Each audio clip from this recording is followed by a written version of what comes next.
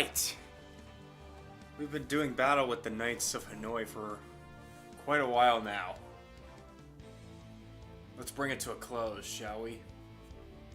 Hey guys, this is Tom Leo signing in. Welcome to another streaming video on the Tom Leo channel. We're back with Yu-Gi-Oh! Legacy of the Duelist, continuing our Yu-Gi-Oh! VRAINS journey.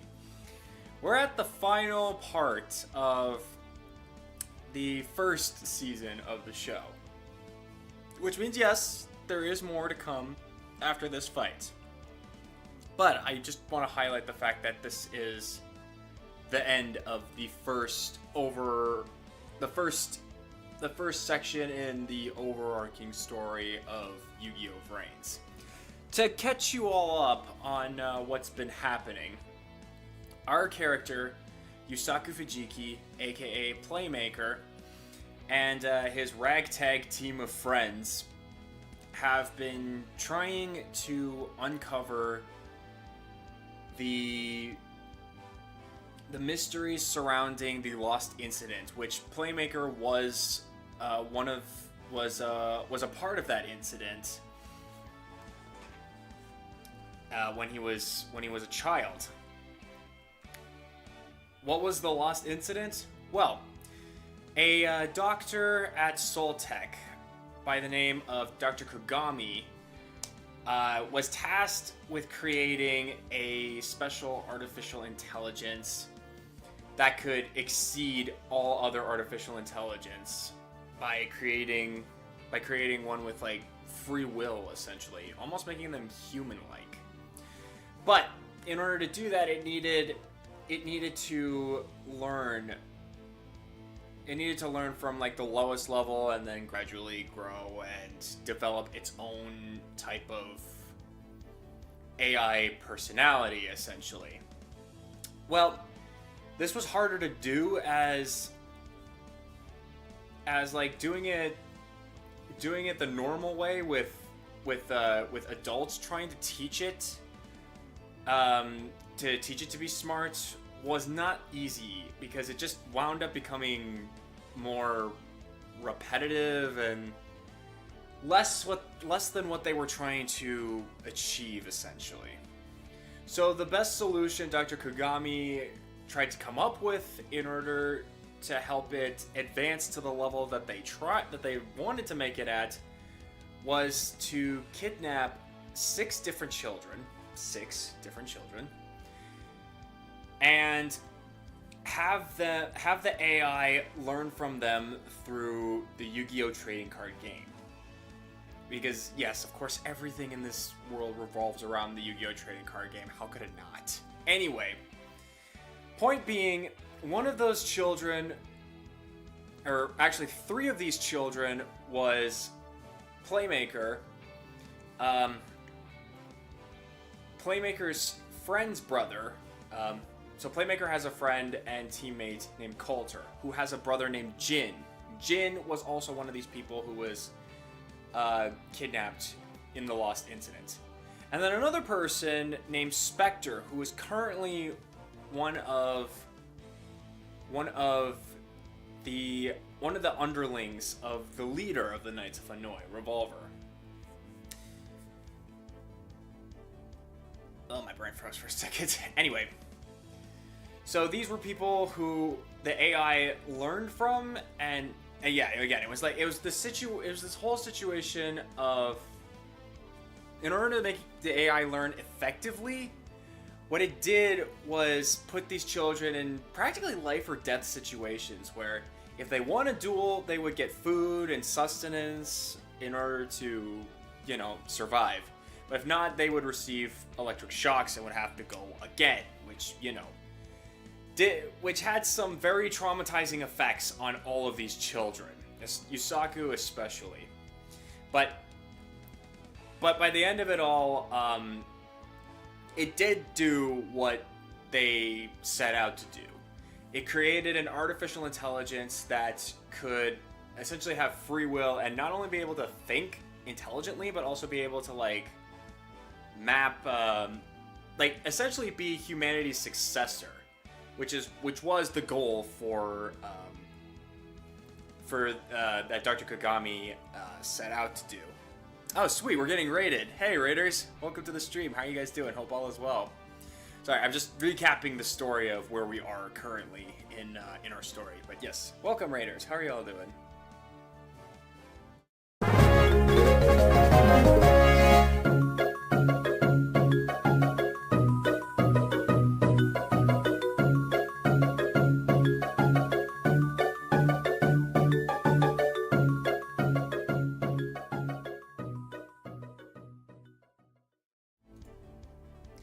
Welcome, Prince Mushlover and the Bell family. Howdy, Tom. How's life, bro? Life is going all right. We're getting started in our a continuation of our Yu-Gi-Oh! VRAINS story. I'm just recapping everything that had happened. For those that don't know, I was doing Mario Kart 8 Deluxe. Finally doing the 200cc cups. Never did them, though. The Mario Kart World on the horizon. It was a good time to get that out of the way. Yeah, once you get the technique of 200cc with like brake drifting and such, you improve so much on 200cc, which was something I wish I had learned when 200cc first came out in the tailspan of the Wii U era. But hey, I learned it eventually, so yeah. But yeah, thank you so much for the raid. Check out Bell Family, link dropped by our lovely Starlo Starbot. So anyway, where was I? Oh yeah, so they finally got the AI that they wanted out of it. Oh, and just to make sure that, there's one other piece of detail that I forgot to mention in the previous stream when I was talking about it. Dr. Kugami has a son named Roken, which I don't know if that's his actual name in the dubbed version. Maybe it's just Ken in the sub, or in the dub if I had to guess. But in the sub, his name is Roken. Anyway, Dr. Kogami has a son named Roken, who eventually grows up to be the leader of the Knights of Hanoi. And this guy, in addition to being a really good duelist, he is also tied to the Lost Incident, as he sort of helped get the 6 necessary kids in order to be a part of the Lost Incident. But more importantly, it was actually him who blew the whistle on the whole Lost Incident situation, and authorities were finally able to help the kids escape from captivity. So, yeah, neat little detail that I neglected to mention. My bad.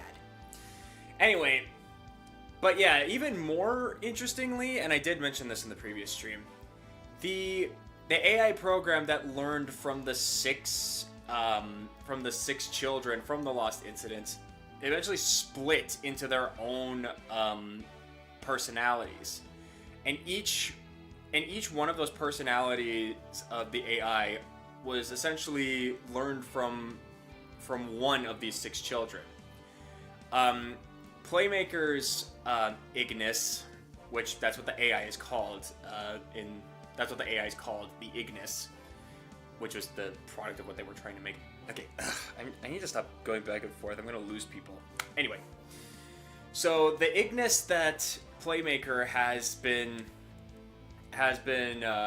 had kidnapped in his dual disc since the very beginning of the series, the Dark Ignis, aka I, was actually created from the AI program learning from Playmaker. So these two are essentially linked together.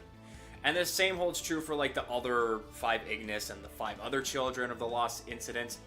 I'll let you guys know who's connected to who later on down the line, because it gets pretty interesting when you learn about these sorts of connections and such. But yeah, while the project was a success, Dr. Kogami had a few concerns, particularly how quickly the Ignis were evolving, and not just evolving, but also expanding the net, and in turn, VRAINS as a whole, which great for Soul Tech because it made them a hell of a lot of money, but Dr. Kogami was not convinced that the Ignis were as great, were the best were humanity's successors that he was trying to make. So he ran a simulation on all of the Ignis and discovered something horrifying. If the Ignis continued to exist and grow as quickly as they have been, eventually they would become humanity's enemies. AI would start viewing humans as enemies, and then humans would start viewing AI as enemies, and it would lead to humanity's extinction, essentially. So, Dr. Kogami tried to bring this to Soul Tech's higher-ups, but of course, Soul Tech being corporate greed and seeing that the AIs have been making them a lot of money, just really did not care about it, so they shut him out. So Dr. Kogami tried to take matters into his own hands. He essentially plugged himself into the network to try and figure out a way to stop them and halt them. But while in the systems, he managed to... not only did he fail to stop the Ignis, but he also contracted a virus, which is believed to have been the result of Soul Tech's meddling or something. They probably wanted to stop him from stopping their greatest cash cow or whatever. Yeah, so Dr. Kogami, throughout this, for the entirety of after the events of the Lost Incident and now, Dr. Kogami has essentially been on life support, with Roken trying to take his son Roken trying to take care of him, and also lead the Knights of Hanoi. And as leader of the Knights of Hanoi, Roken took on his father's mission to try and eliminate the Ignis so that they can't eliminate humanity. Which is what they're trying to do at this point in our story with the Tower of Hanoi, which has taken as much consciousness data as possible from everyone in Link VRAINS and create like essentially a cyber bomb to destroy the entire network, and hopefully the Ignis with them, because the Ignis exists within cyberspace, and they're hoping that this bomb will eliminate them. Which, again, because they're taking so much people's consciousness data, it would kill those people if that bomb went off.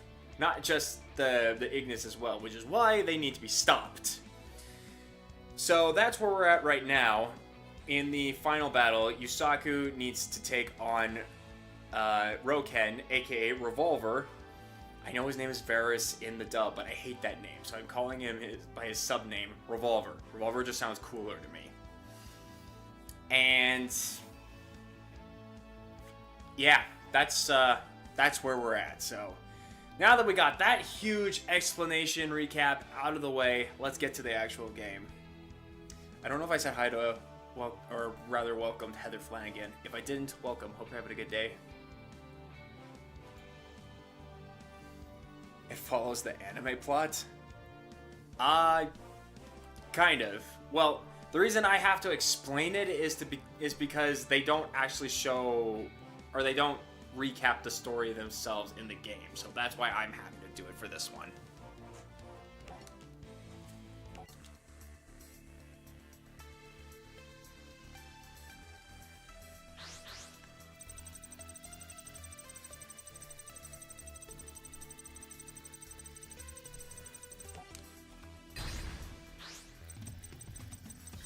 Oh, I'm going first anyway. Cool. Alright, let's try not to fail this.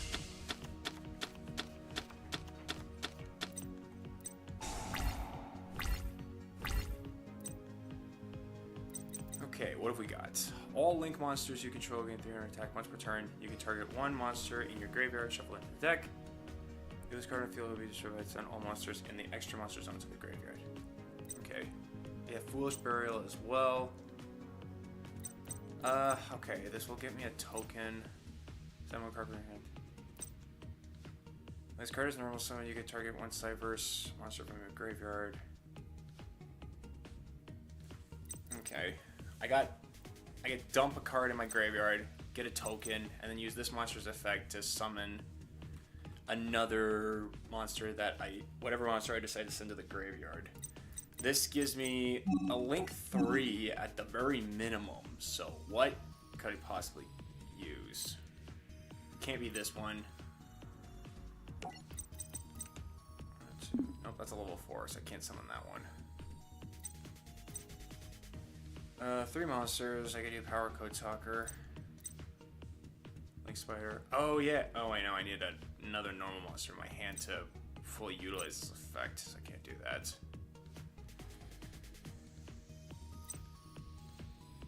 I can get this monster out.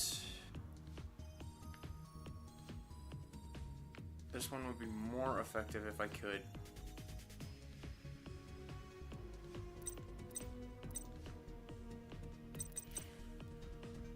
Hey, what's up, Mr. Noah? Welcome to the stream. Hope all is well. Did you like Paddington? I don't know. It was kind of meh. It's not something I'd want to watch all the time.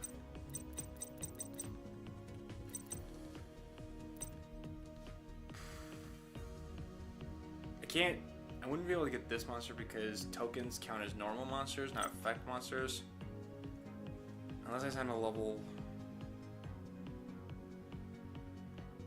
If I send a level 2 or lower Cyberse monster and then special summon it with Rom Cloudy as effect. Oh no, it's added to my hand. Shoot, that doesn't work the way I think it does.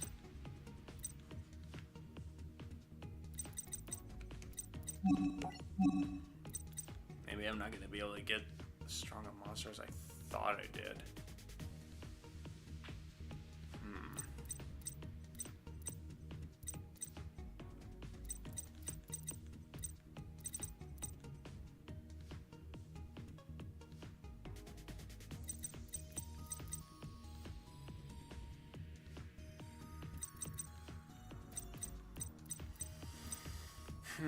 I'm stumped.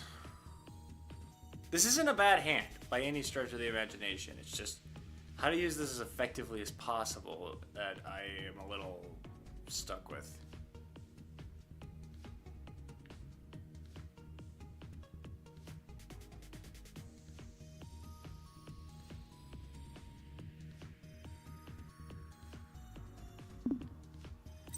Let's see what we can dump first.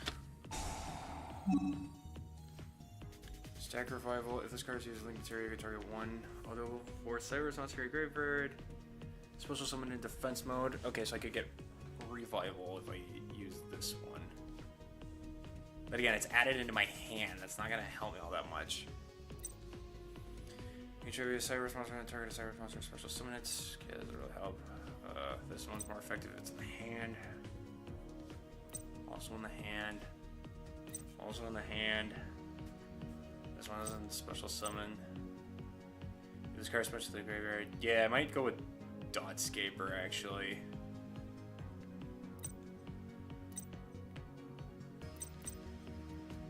I think that might be the play actually. Because Dotscaper will immediately come back as soon as I send it to the graveyard, so we'll do that.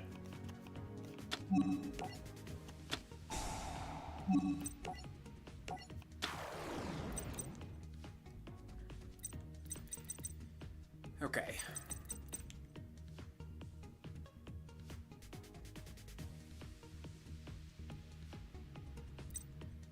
So I can get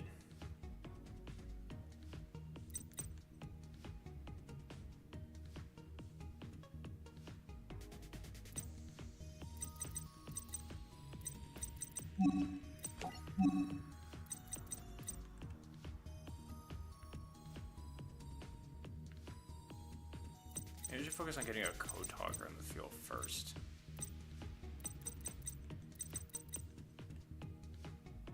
And this would be a good monster to have. I've also got another card that will boost its attack. I don't know if that's what I want to do.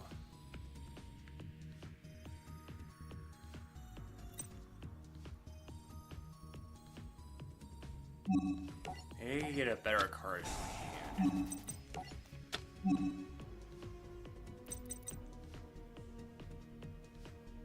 Very special summon. I haven't not normal summoned yet.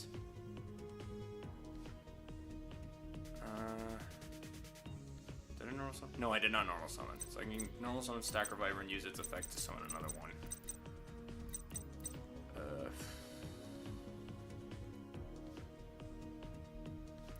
And it's a little...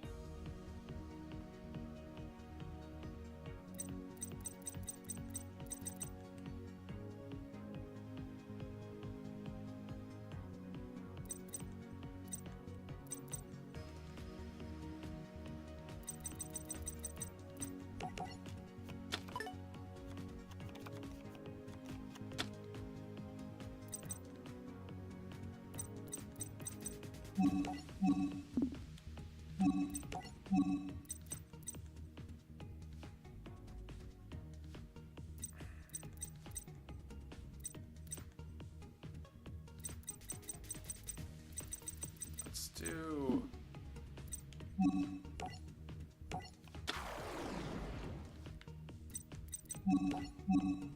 We'll summon Honeybot.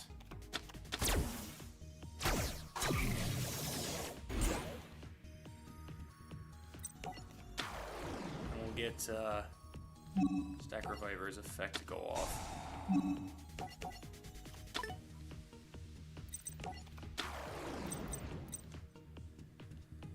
Okay, I can...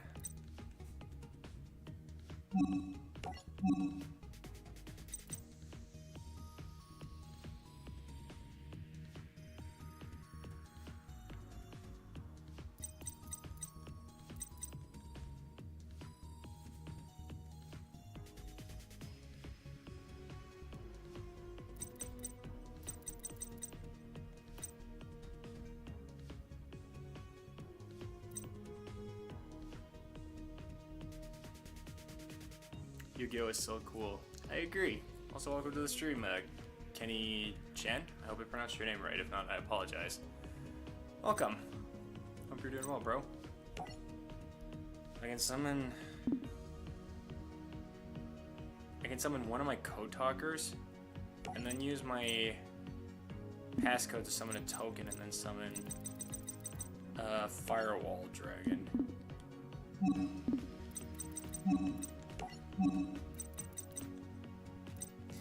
I kind of want to use this one too.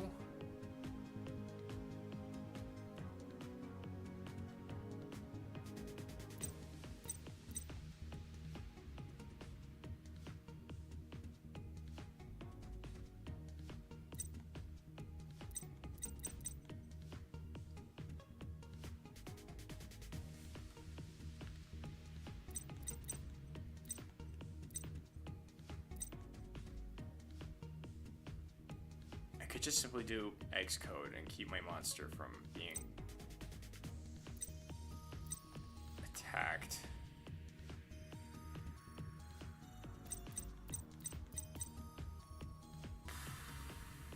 Chillin', watching you play also makes me want to play as well. Yeah, it's fun. Like, I honestly prefer these more casual type duels and not what the meta is, because my god, the meta is such a annoying piece of shite.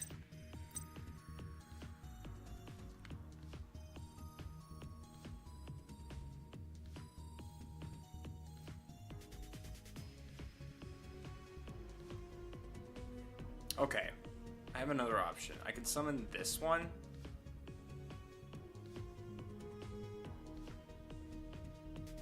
And summon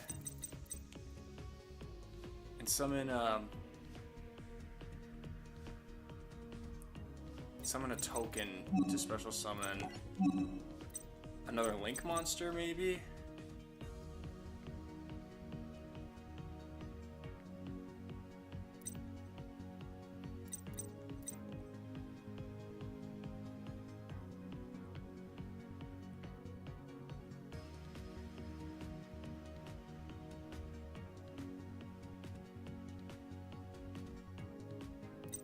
Yeah, it's a quick effect, so it's not like you're gonna be able to stop me. Or I can summon Decode Talker, summon the token, tribute it if I need to. Yeah, that might actually be better, actually. Because double attack points would be pretty cool, but it only works during battle against an opponent's monster. And I'm more worried about, like, effects.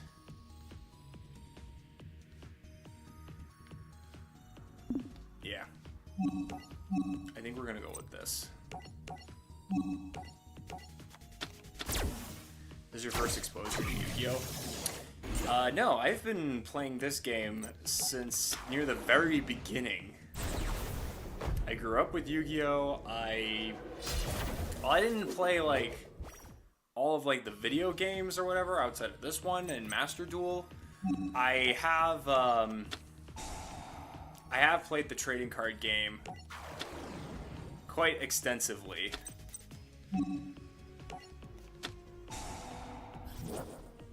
Okay, now we're looking pretty good. I can target a monster in the graveyard, shuffle into the deck if I want to. Dude, is there even something that I even want to? No, I think this is good enough for the time being. So, yeah, I think I've got a good setup to stop whatever he might throw at me.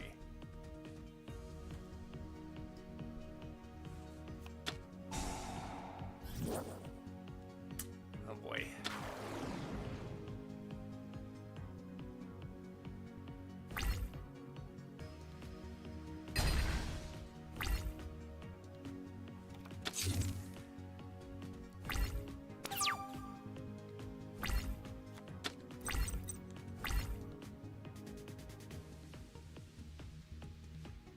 Okay, that's gonna have to be my backup or something.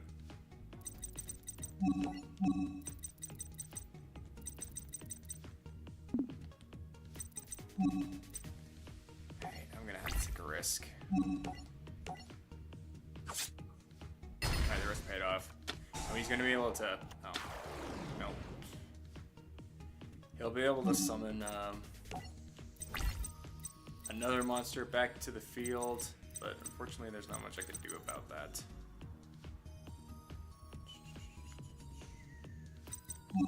Yeah, I got no choice but to end my turn here.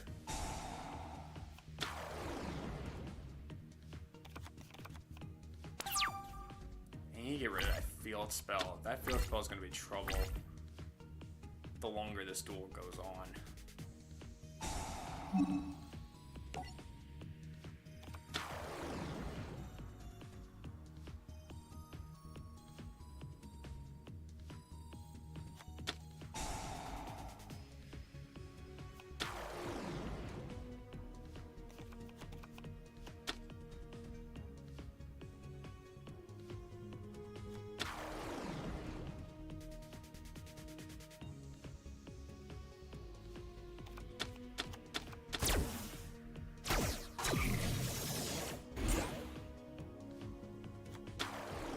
That's a problem.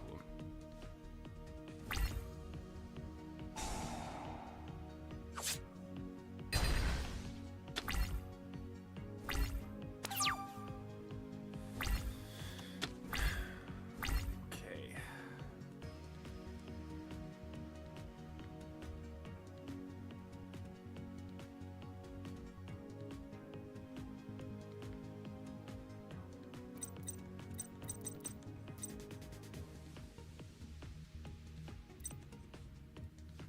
If your opponent controls exactly 3 cards, activate one of these effects. This turn, your monsters cannot be destroyed by battle. This turn, you take no battle damage. This turn, each time your monster inflicts battle damage to your opponent, you regain the same amount of life points. Okay.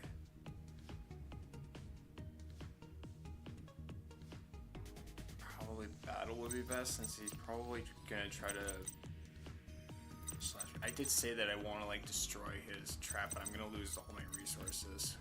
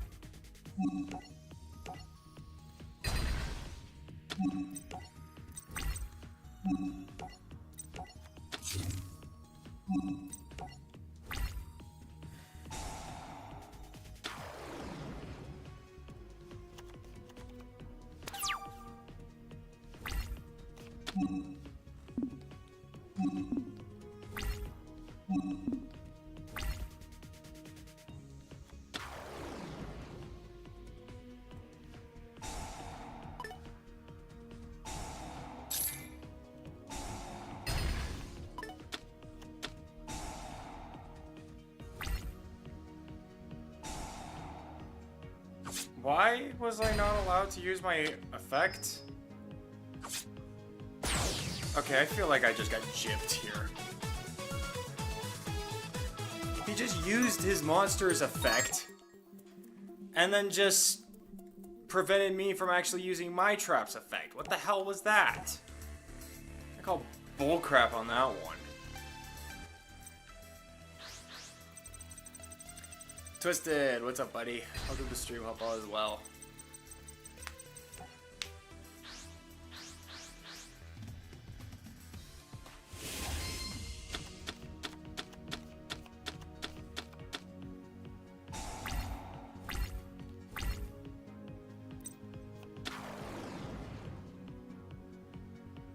Rip, I wasn't paying attention. Alright, you're good, you're good. Sweet, I got 2 passcodes.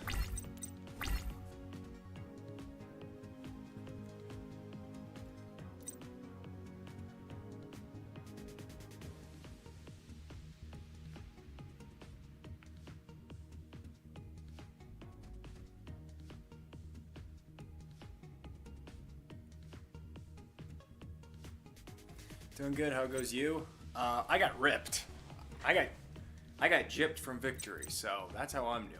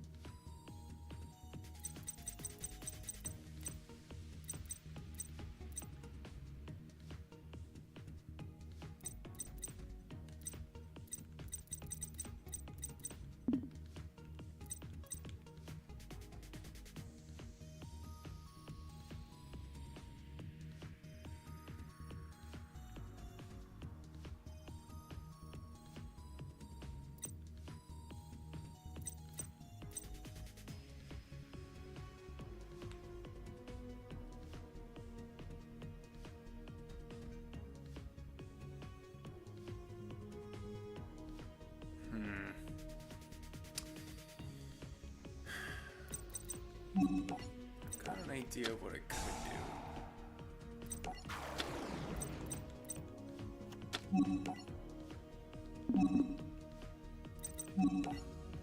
Wait. No, no, don't make me set it.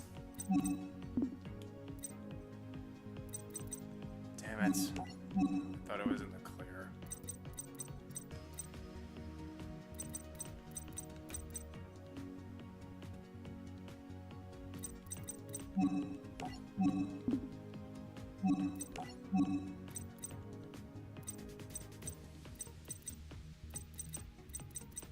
Okay, this is not as good a starting hand as I thought it was.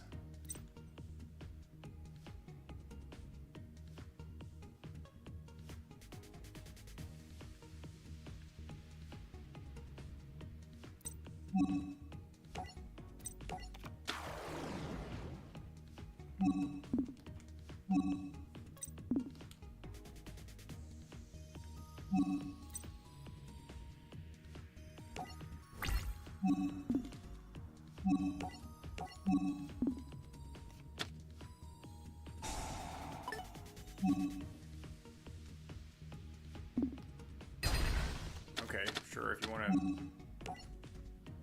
want to get attacked directly, that's fine by me. Of course.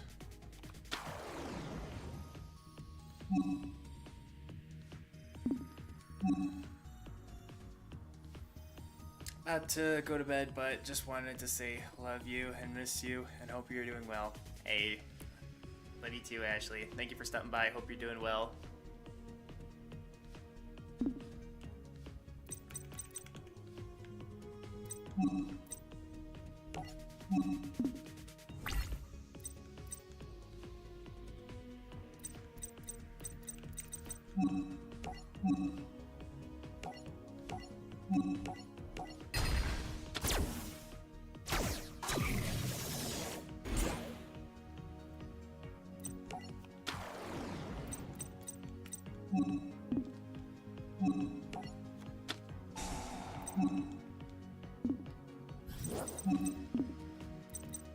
There, now we're about even.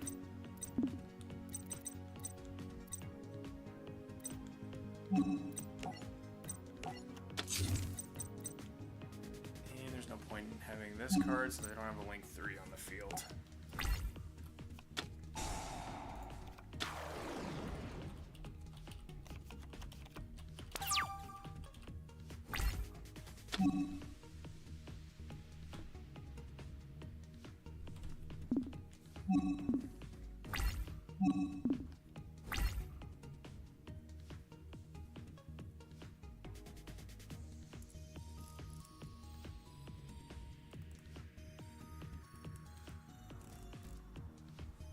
And the game is glitching again.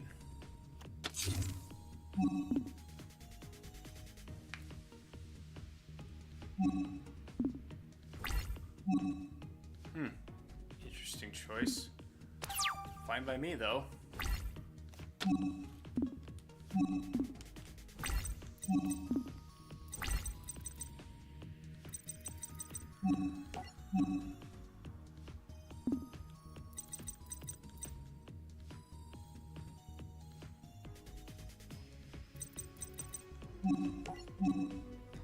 Okay, I can get a Link 3, or I can get a Link 4 on the field.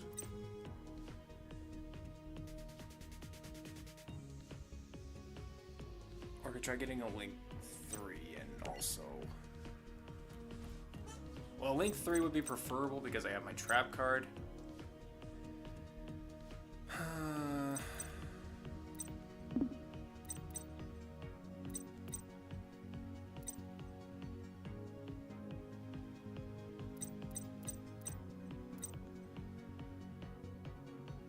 So if I...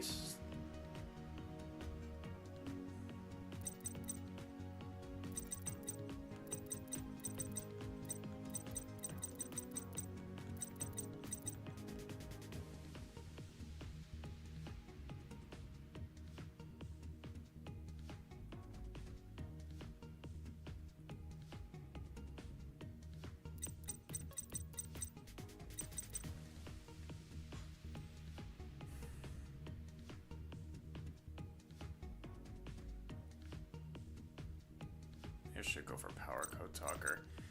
There's like... I'm not sure what like the best play is. Because like I can get... A Link 3 would be preferable on the field because I got this one and that can help. And I'm thinking like maybe using this trap, banish one of my Code Talkers and then special summon another one. Ideally maybe in Code Talker because I'll be able to put that in the extra deck zone and whatever Link monster I banish, I bring back. Oh wait, no, there has to be none in the extra deck for that to work. Damn it.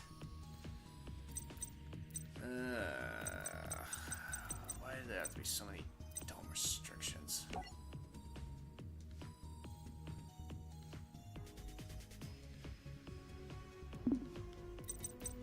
Maybe I should just go for the Power Code Talker play.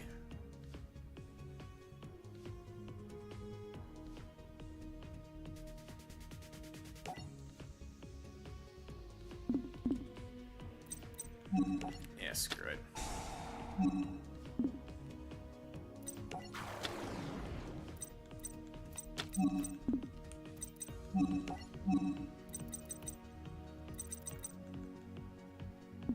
Okay, I can't go for the Power Code Talker play. Why? Oh, it has to be 3 monsters exactly. I can't... I can't Link climb with that one. God damn it. So many stupid restrictions!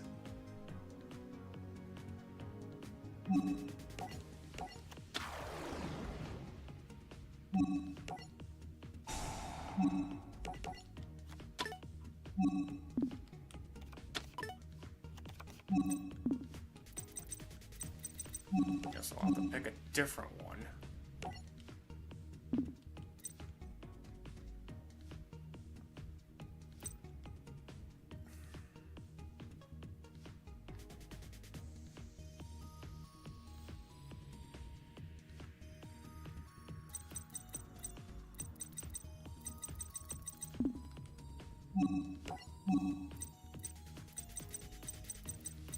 can summon Power Code now, but it would be kind of pointless since I don't have a monster to tribute after this. So I already used up my normal summon this turn. So why don't we do encode by using this, treat it as 2, and then this.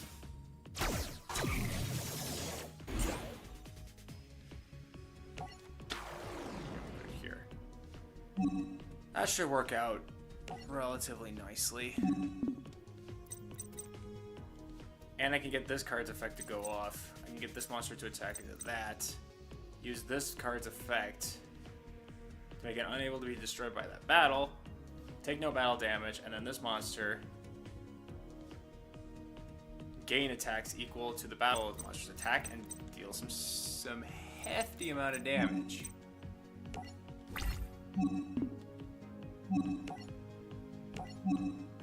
And it wouldn't have to run the risk of destroying one of his Rocket monsters.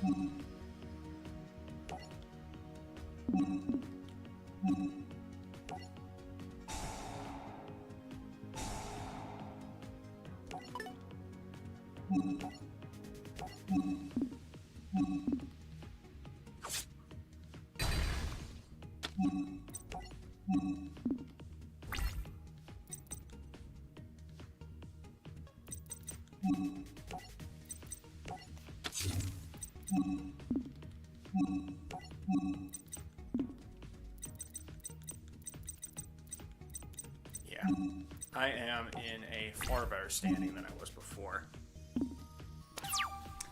Hey, Boss One. Welcome to the stream. Hope all is well.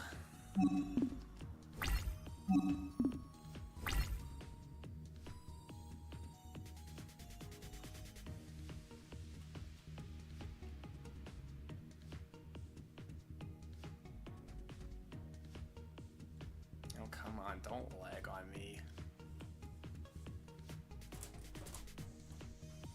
All right.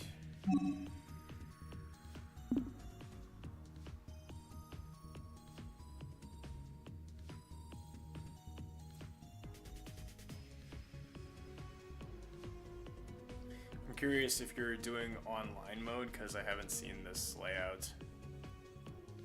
What do you mean online? Like I'm playing against other people online in this game?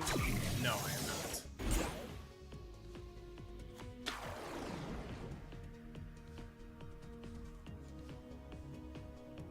Oh shit, I sent a level 5 into his grave. So he's gonna get a level 3. He should only have triple burst dragon in his graveyard. Right?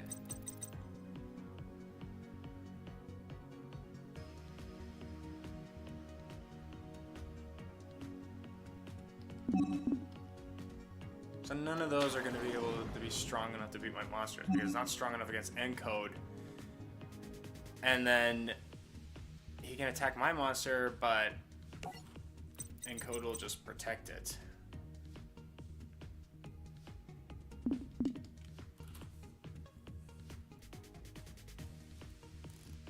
I see. So Tom, have you considered it? What, doing online in this game?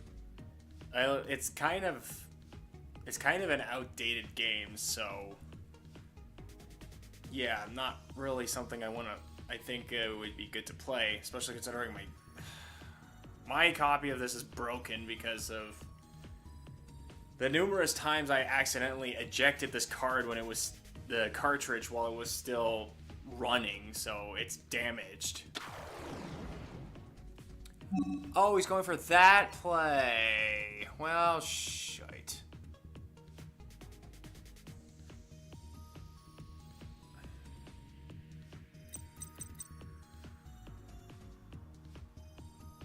This sucks.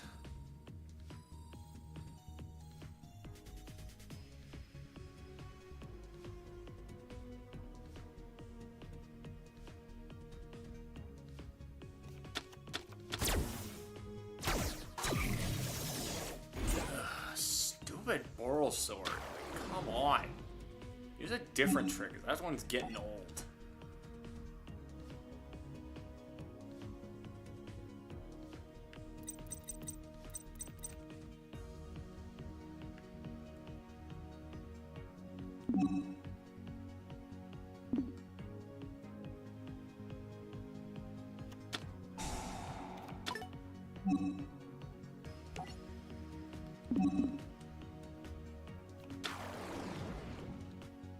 Oh.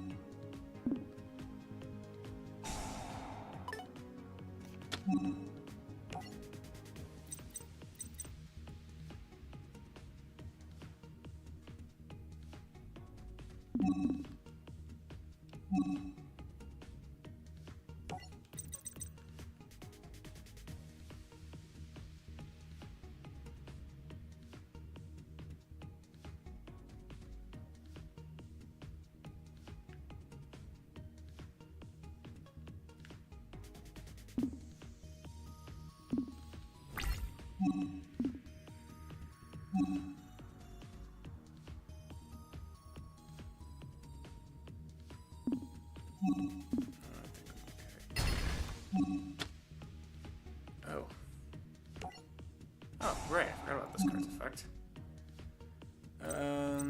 Okay. As soon as Dotscaper goes to the graveyard, I'll be able to special summon it right back to the field, which can definitely be of help. Yeah, I think I might just go with that. Nice little extra wall that they're gonna have to deal with.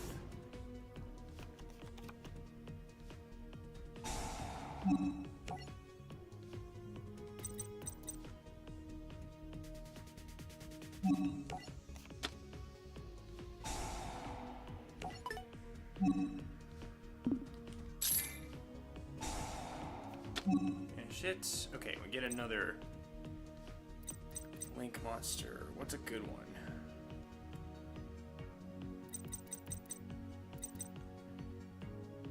Once per turn, if this card battles an opponent's monster. Oh, I could just do this now, actually. Yeah, you know what? Let's do it.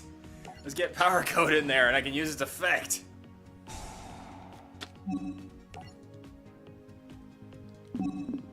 I think that's how that'll work.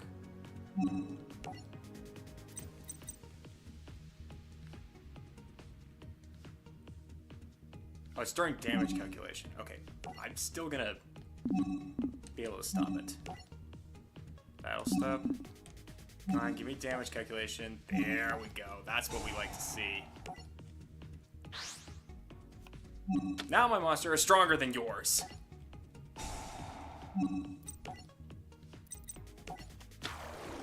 And I didn't have to sacrifice anything. Oh, damn it, that's right. You can't be destroyed by battle. Son of a bitch. Okay, in that case...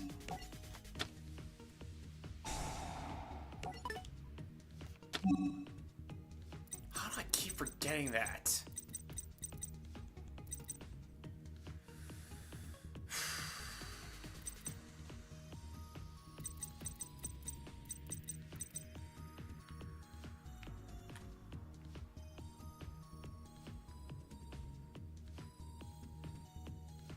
Oh, this doesn't look like a hard once per turn.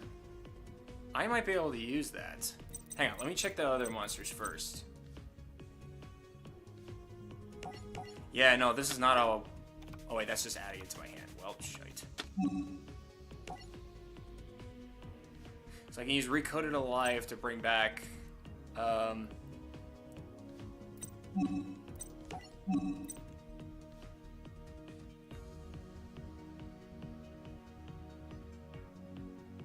one of my code talkers, but it's just gonna wind up getting destroyed. I don't want that. No. It's fine. I'll use it after his turn's over. Because if I remember correctly, Sign It Backdoor will return Power Code Talker back to the field and attack directly.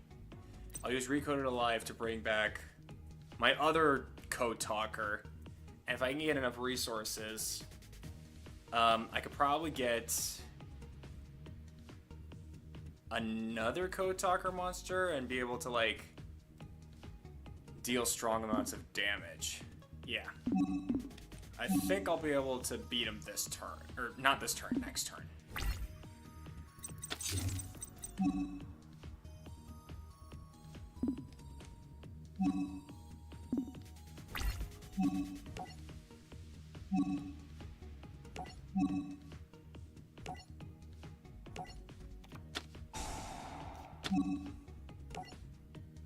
Oh, it can only do Enko Talker.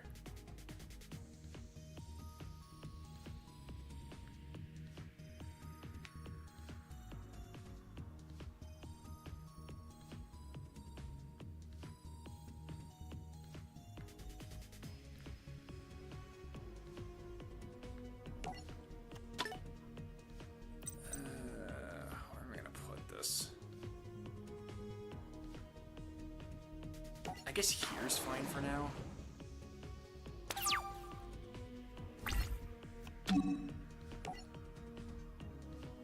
Oh, sweet. Scapegoat.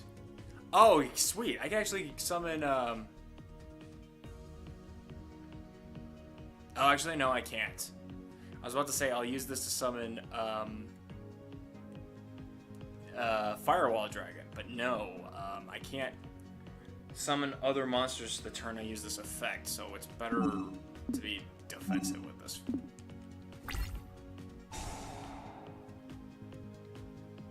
Yeah, we'll put Power Code here, I guess.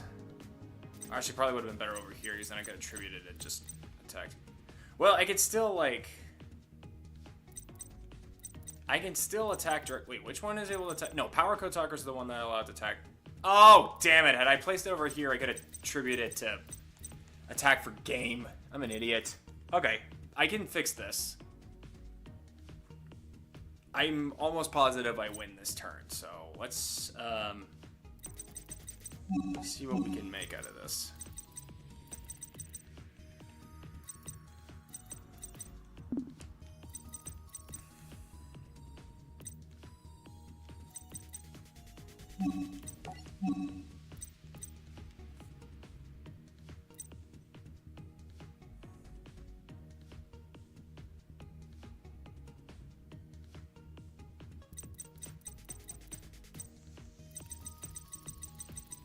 Oh, I don't have a Honeybot. Would Honeybot even be helpful in this situation? Well, I mean...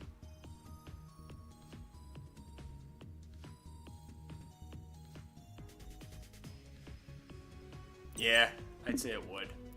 So let's use this field spell effect to return Honeybot back to the extra deck. Oh, I can send my... wait, I can send my... I can send my opponent's monsters in the deck to the extra deck? Huh.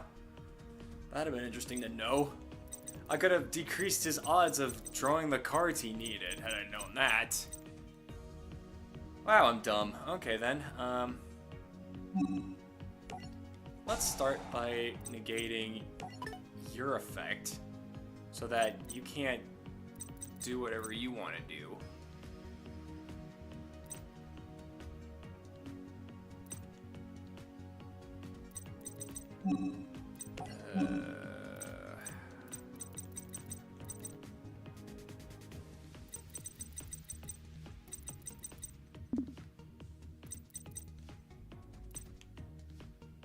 Yeah, I think doing this move is the best play for me.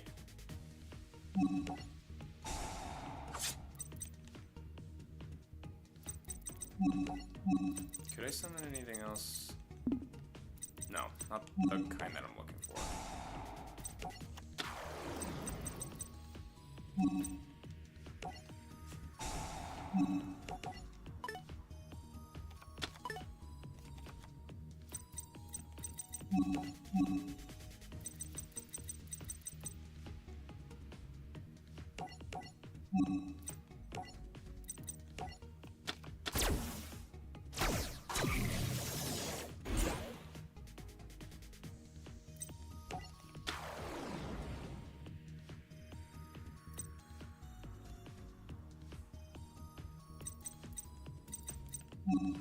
And nothing left to do but go for game, I think.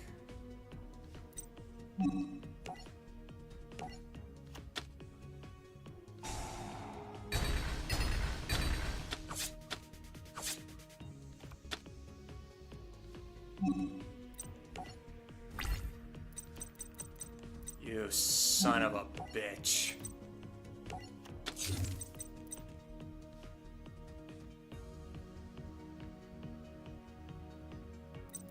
If I was able to get another monster on the field, he probably wouldn't have been able to I would have ended him. Wow. Big dick holery right there.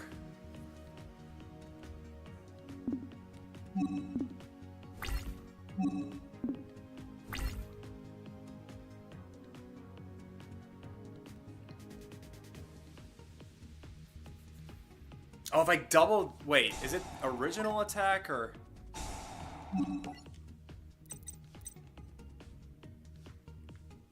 Original attack. Okay, so doubling Power Code Talker's attack wouldn't have resulted in game.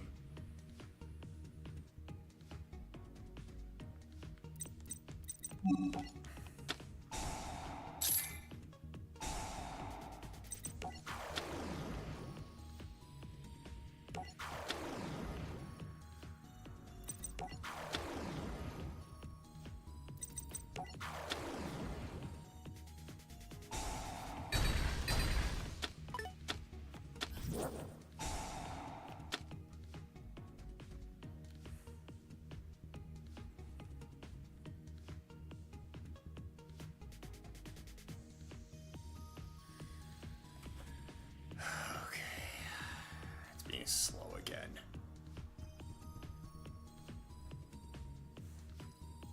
You just let me know when you're ready, game, okay?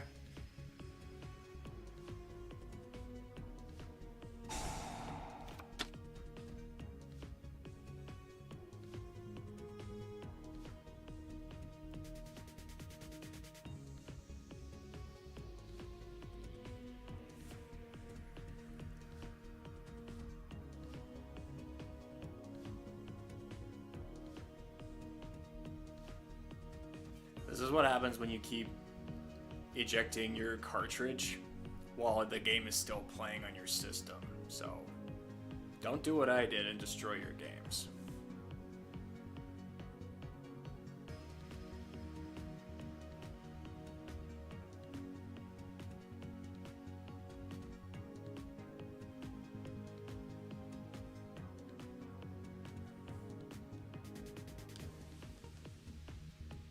Anytime now.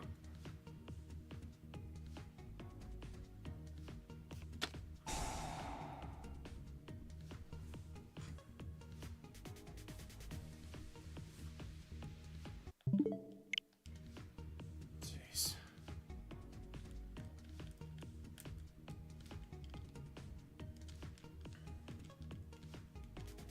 This is probably what it's like watching paint dry.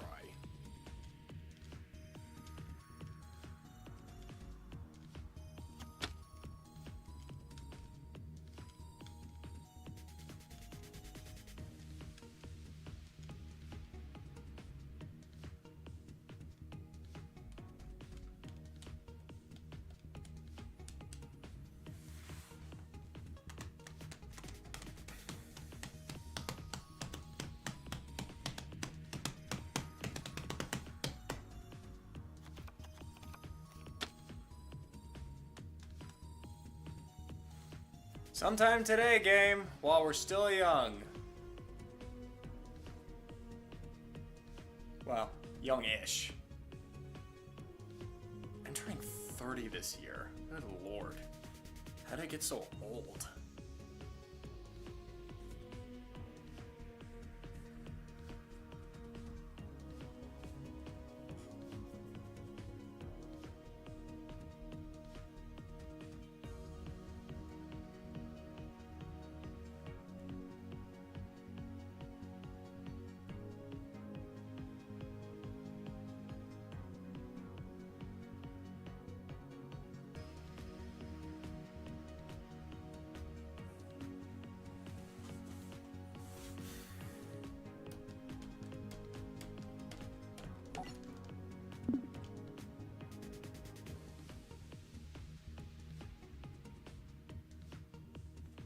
I thought if I hit the pause button, it would fix it to go faster, but it's not.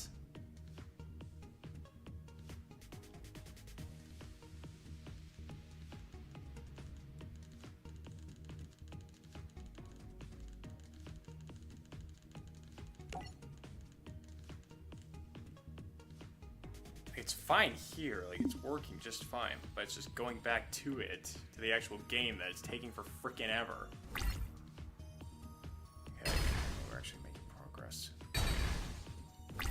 Okay, I can get...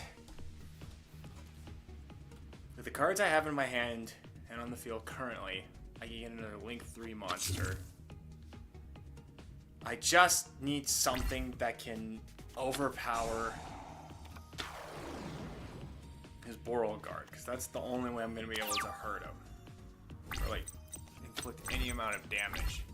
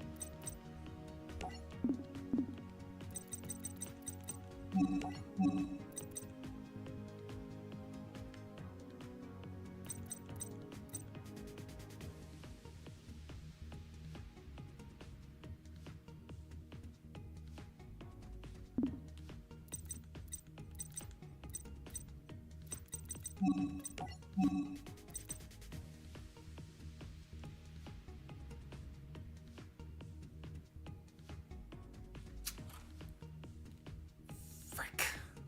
That's not gonna work.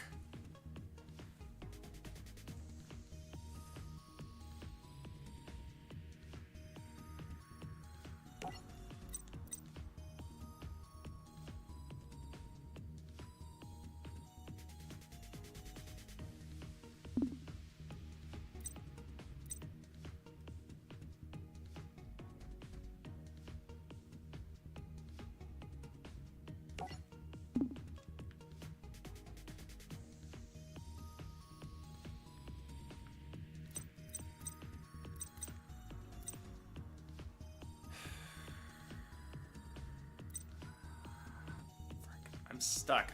There's nothing I can do.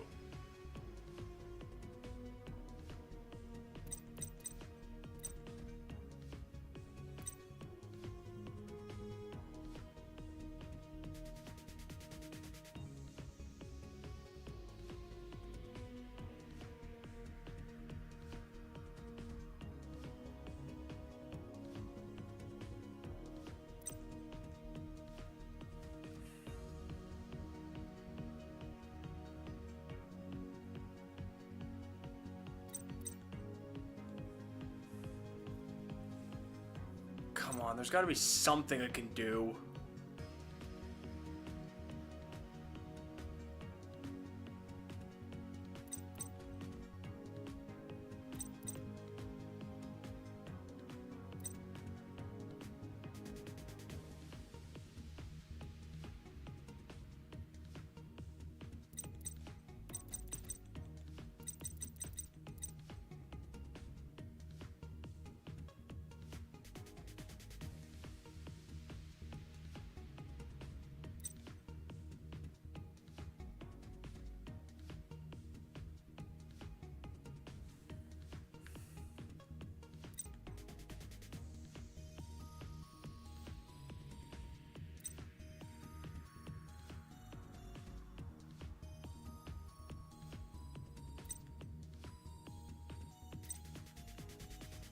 Yeah, I don't think I can win. I've got nothing that I can summon that's gonna guarantee me a victory. My field, if I had my field spell still up, I might be able to actually do something. No, somebody just had to destroy it with their stupid effect.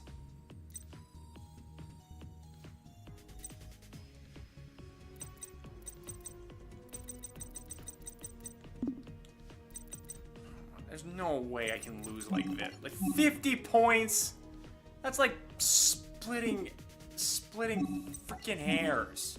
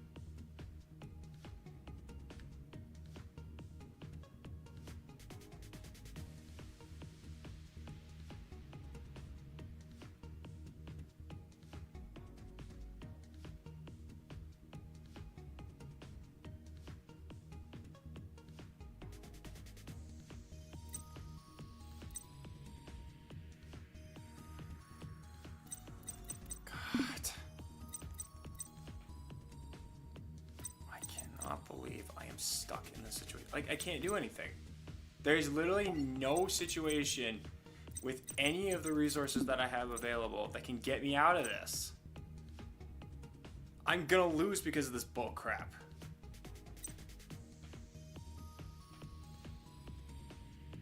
Like, if I could just get another monster on the field, I can summon Firewall.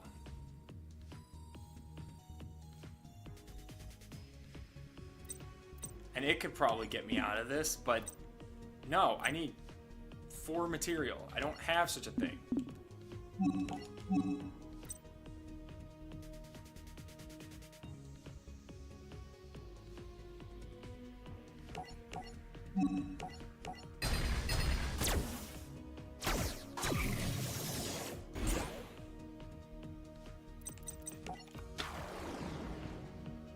Would you rather have Sonic's speed or Mario's durability? Probably Mario's durability. That guy's been able to survive some pretty crazy stuff.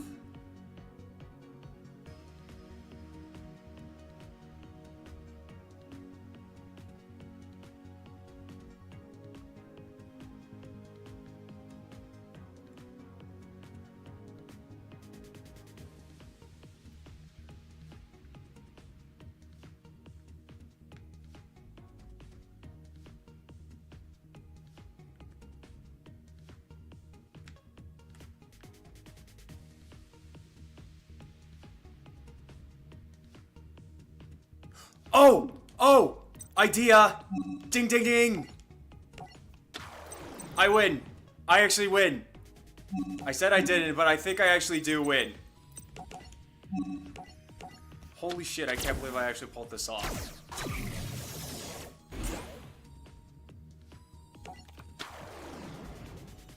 Transcode, you are my savior. Give me encode. Slap that bad boy on there. We're linked, but more importantly, encode is now on the field, linked with another monster.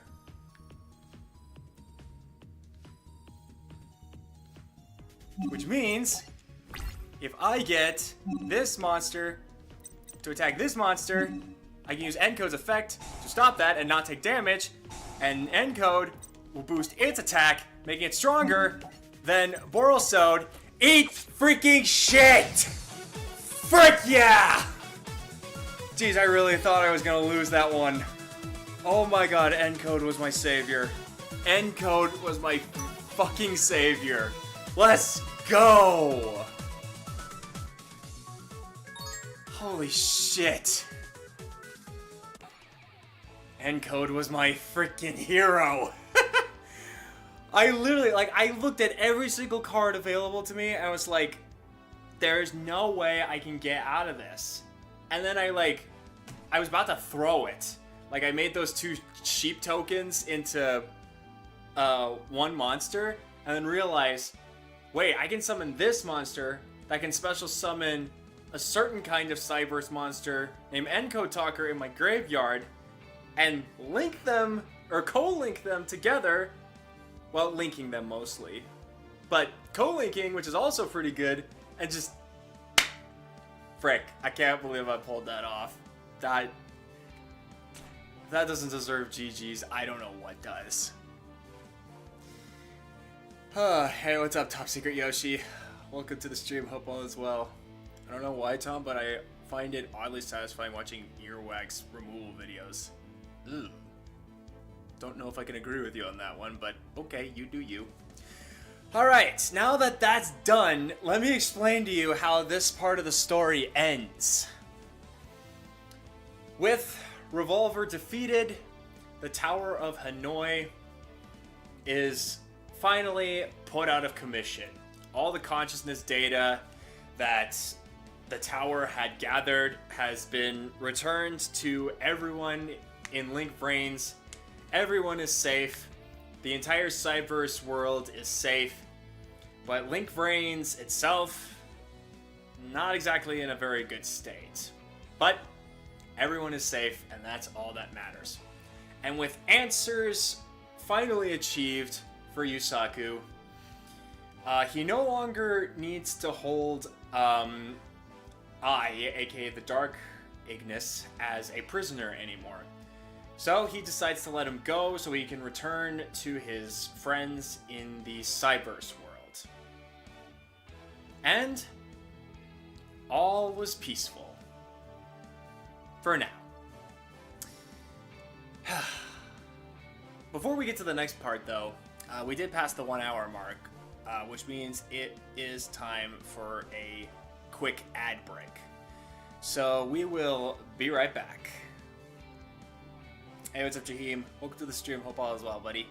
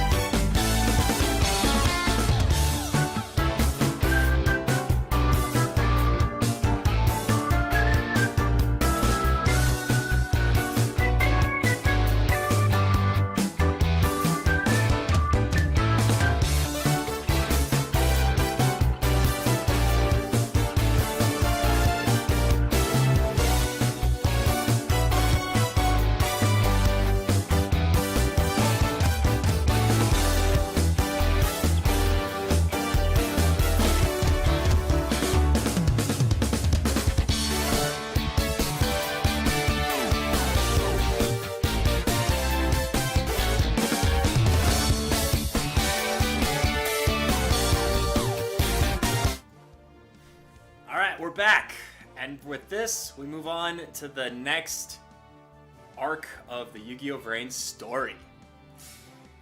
Okay, so with the threat against the Ignis and the Cyberse world as a whole saved, I made his way back into the Cyberse world, only to find the Cyberse world completely in ruins.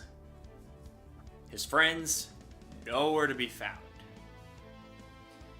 This devastated I, and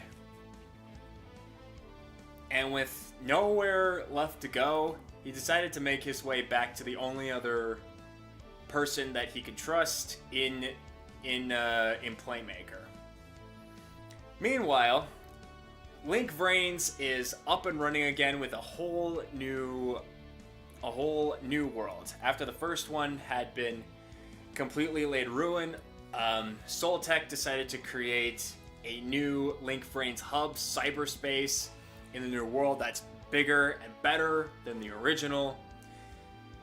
And it's looking pretty good. It's attracted a lot of people from around the world still. But even more interestingly, they have put, Soltech has put a bounty on Playmaker. More specifically because Playmaker, or they think Playmaker still has the Dark Ignis, which wasn't true at the moment. But there was a bounty on him. Soltech wanted to capture him and his Ignis, and they've hired various bounty hunters in order to complete the task. Even Gore decided to become a bounty hunter for Soltech. He has, at this point in the story, he has officially quit the entertaining duel scene and decided to abandon entertainment altogether, and because his one goal now is to defeat Playmaker. If he can defeat Playmaker, then he'll finally know peace or whatever. It's pretty selfish, all things considered. But yeah, Gore is now a bounty hunter for Soltech, and also has Soltech also hires has also hired other bounty hunters, like this person, who I will get to in a minute, because there's another piece of information to this story that I need to tell you first. With everything seeming peaceful and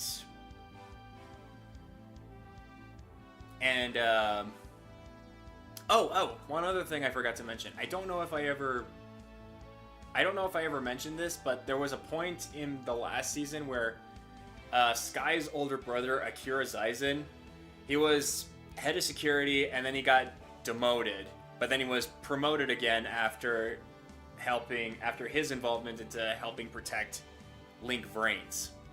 So he's back as the head of security, which, great for him.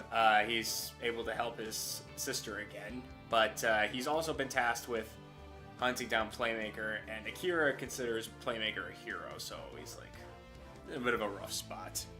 Tom, I don't know why, but I think you would be a good singer. I have done singing before, actually. I've even just like in my off time, sometimes I'll sing random songs, and I like to think I'm pretty good at it. My mother was more musically inclined than me, and she taught me how to sing and such. So yeah, I owe it all to her.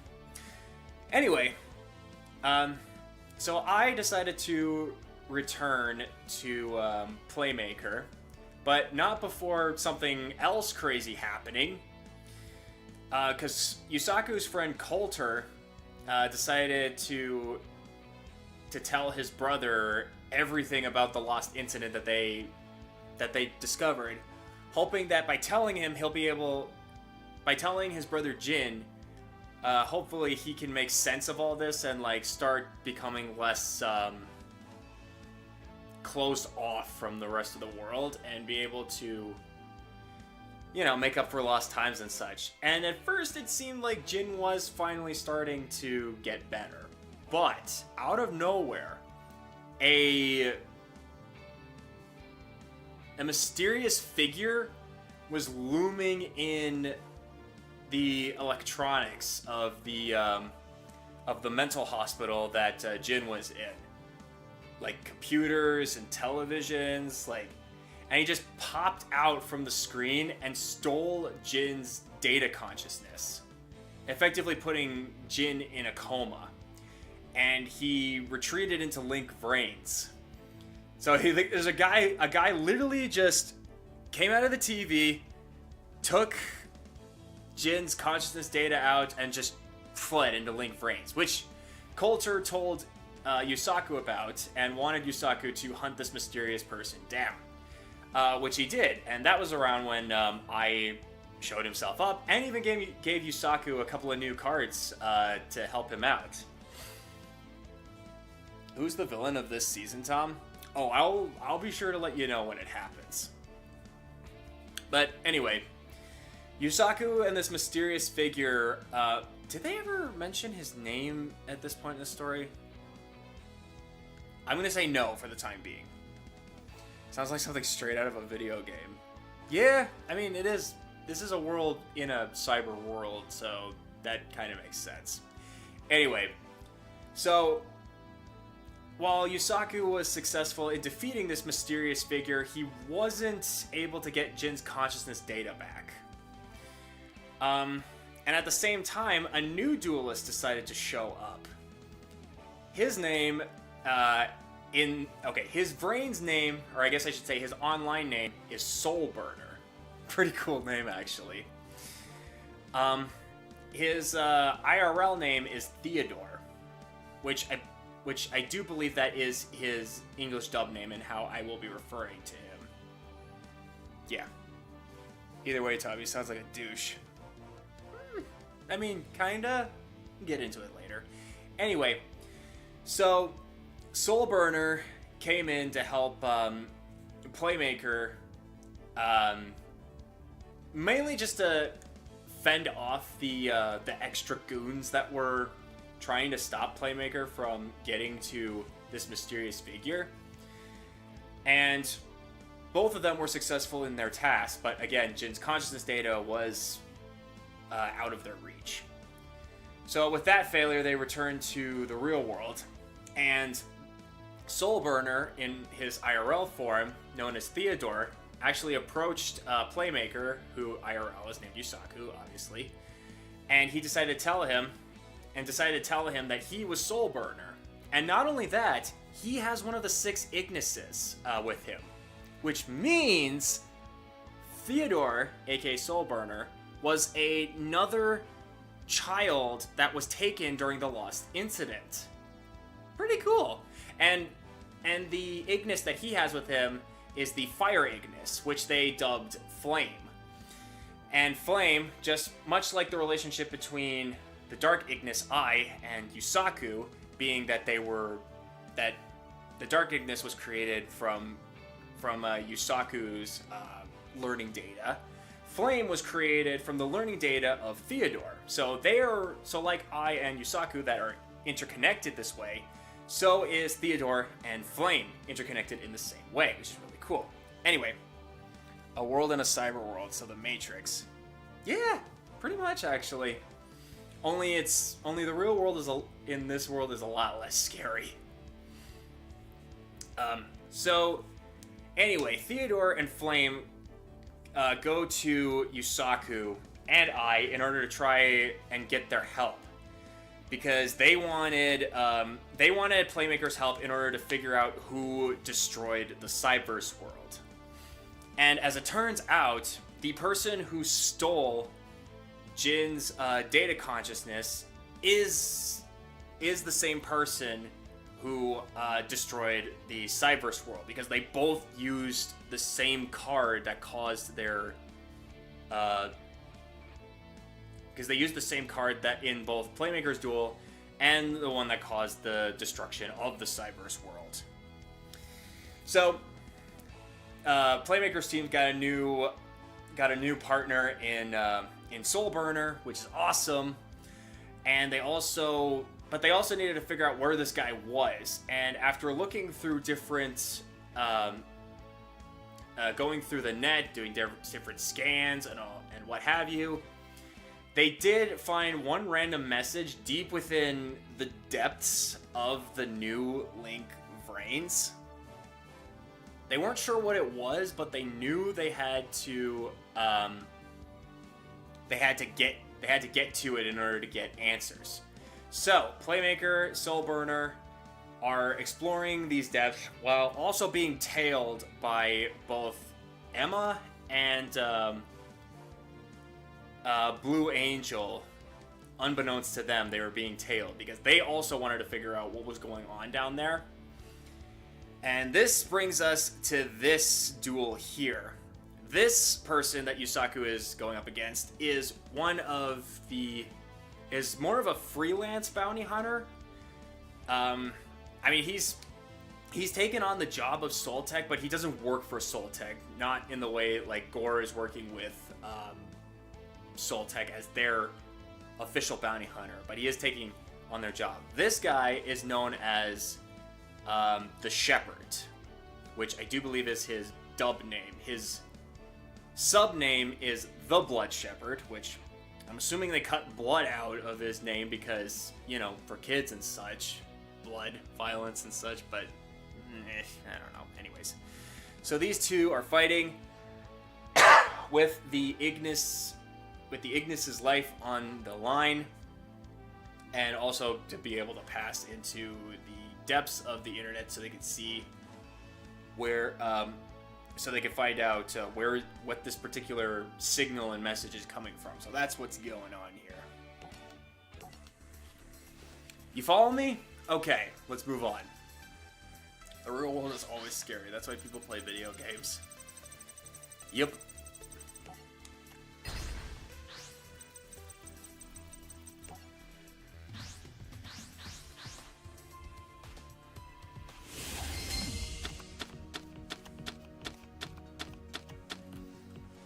What the hell?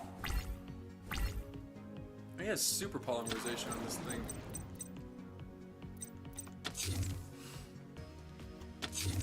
Oh yeah, that's right. They don't have,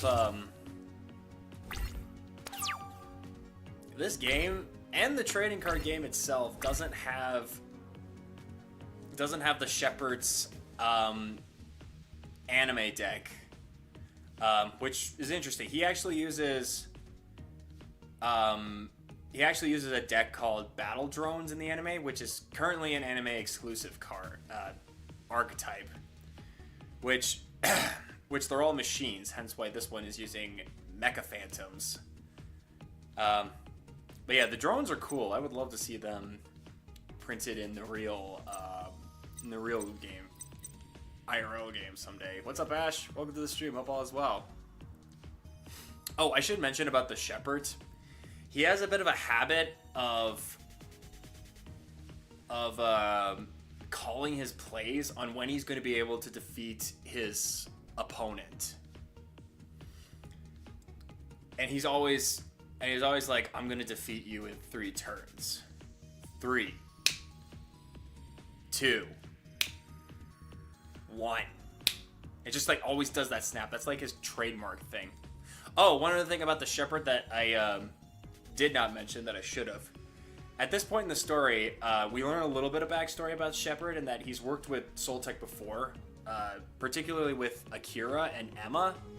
The Shepherd, for an unknown reason at this point in the story, he knows all about Emma, and like he's very familiar with Emma, and not just like in like, oh, I've heard about you before type deal, but in a more of a protective type of manner, I guess is the best way to describe it. But yeah, that's all I'm gonna say for now. Why does Super Poly card look like something from Rule 34?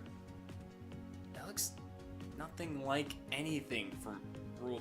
Do you even know what Rule 34 is? Nobody answer that. Anyway, let's move on. Okay, we got our talkers, our firewall. Ah, there's the new one. Yeah, so one of the new monsters that Yusaku has is a fusion monster. I need Clock Wyvern and one or more Link monsters, which is probably why we have Super Poly. Because if he uses Link monsters, which is very likely going to be the case, I can use this to swipe that monster. But I need Clock Dragon. Or not Clock Dragon, Clock Wyvern. Clock Dragon's the name of the fusion itself. Cyber's Clock Dragon. I need Clock Wyvern in order to have the necessary materials.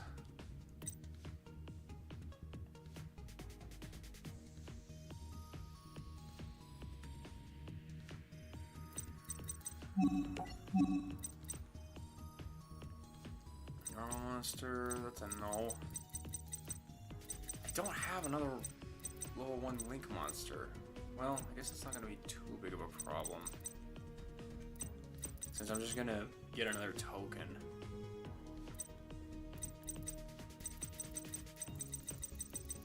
You seriously want me to give you an answer? No, I said no. Pay attention, dude.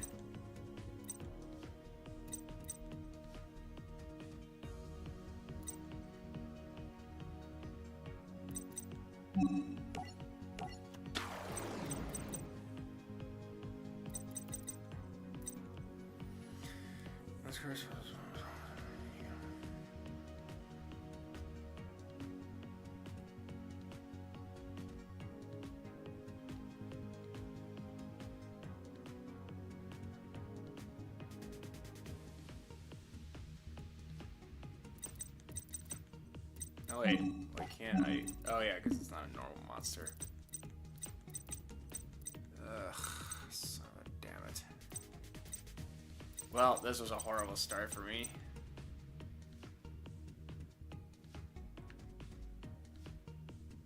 I should have just summoned this monster. Oh, frick. Yeah. Well, that was a horrible first turn. Well, too late. I sent you an answer in DMs. Kaylee's is in DMs.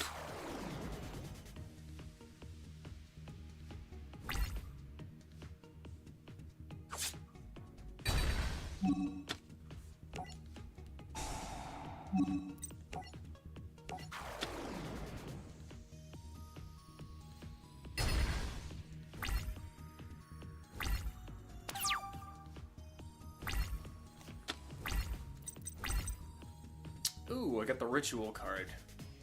Which also leads into the next ritual, or the next card that Yusaku's added into his deck at this point.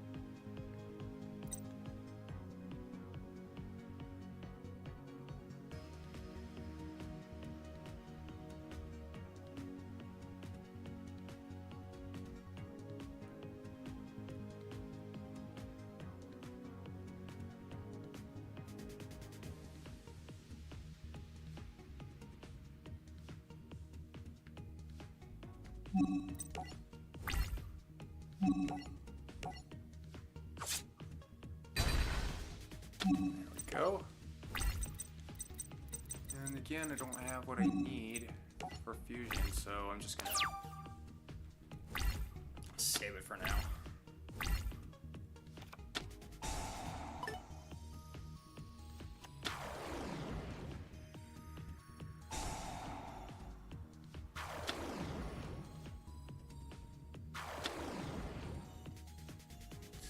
For a link play, I imagine. Yep.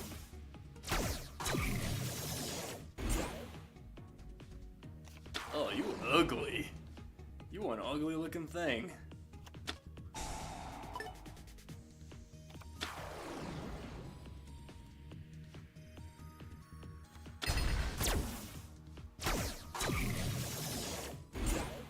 Ugh, stop summoning that thing. Ugh, it's gross. Ugh, get it away from me. Ugh. Ugh.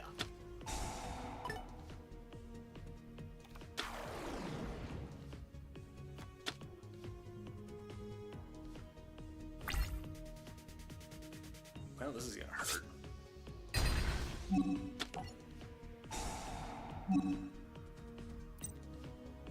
Oh, if I placed Polly, I could have swiped it right then and there. Damn it, what was I thinking?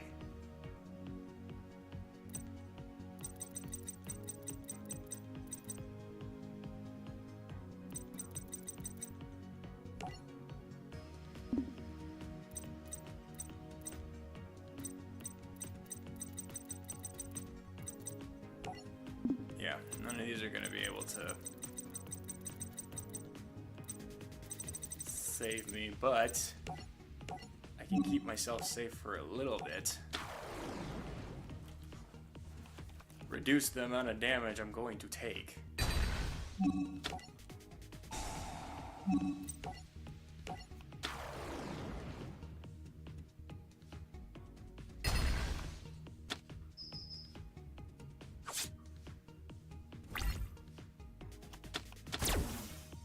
That's fine though. I'll swipe one of their monsters regardless.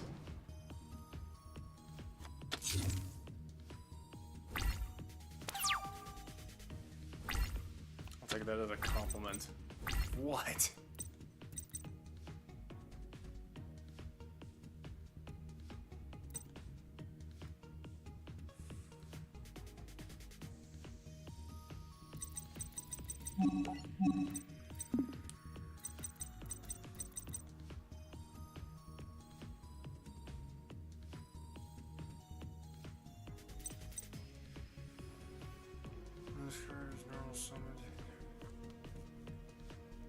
So I can get Link 2, and then I can summon a Link 3, which will probably help me stay in the game for a little bit. What Link 3 could I summon is the thing.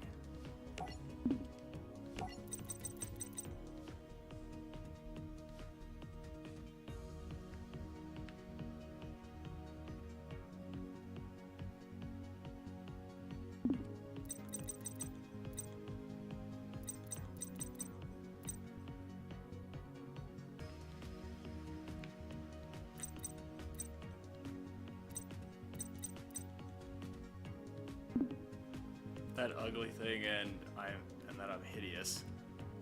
Oh, I wasn't talking to you. I was talking about this thing. Great fly. Gross.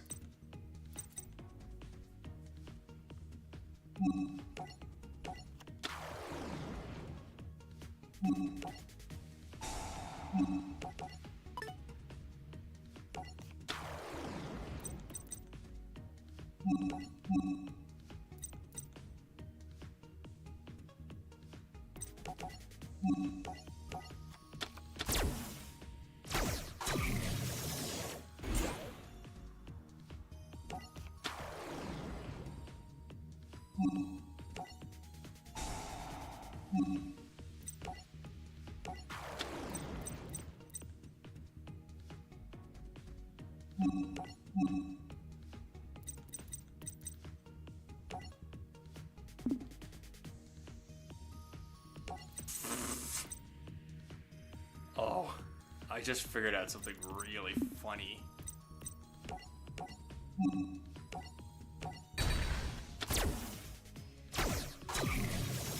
Because this is a wind monster, and the Great Flies boost all wind attribute monsters on the field. Oh, I could just... Huh, that's cool. Yeah, just... Oh yeah, because both... There's... Yeah, let's just limit both spots! Oh wow, this was a better play than I thought. I just need to hope he doesn't have anything that can actually hurt me.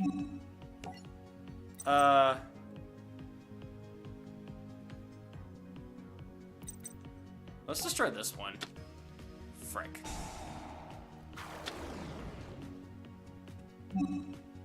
What did it do? Once per turn, you can special summon a mech phantom beast token.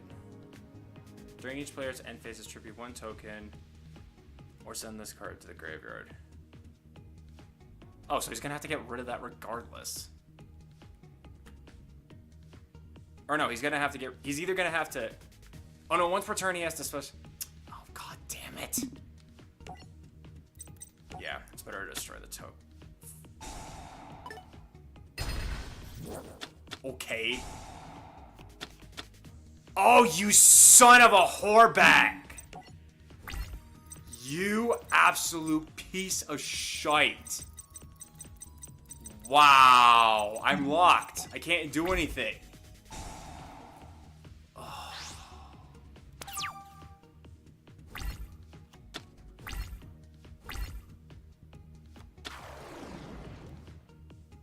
Wow, that was bull crap.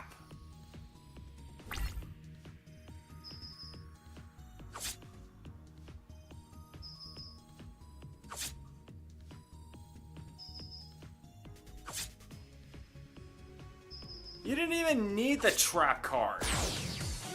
That was bull. No, no, no. That's, no. No, absolutely not. How dare you pull a bullcrap maneuver, exploiting a loophole like that, and being an asshole? Oh, here's the ritual monster that other ritual card was capable of doing, by the way. Oh, I got Clockwyvern now.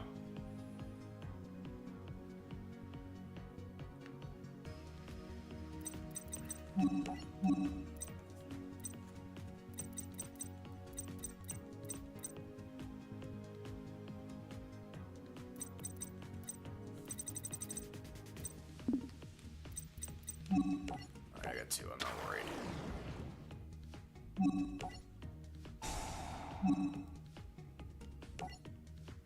Oh, backdoor. Yeah, no, I don't need that.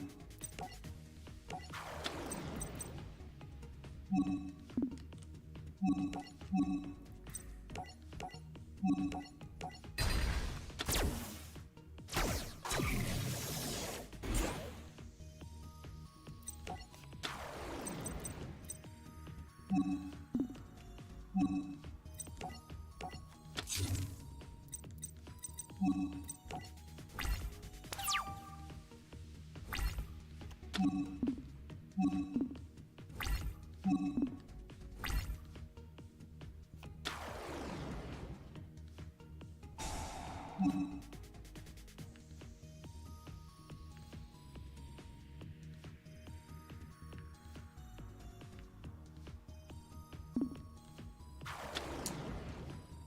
fantastic. Gets to just boost his attacks. That's cool.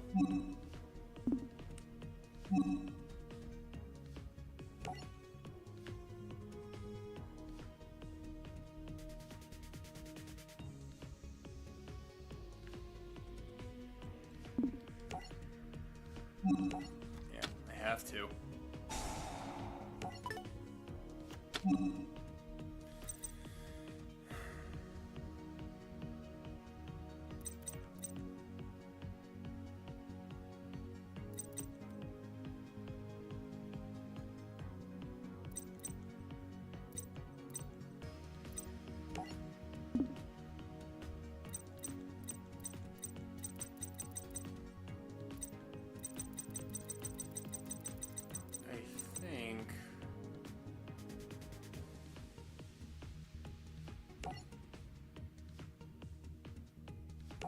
Because he's gonna destroy whatever. Oh no, it's adding into my hand.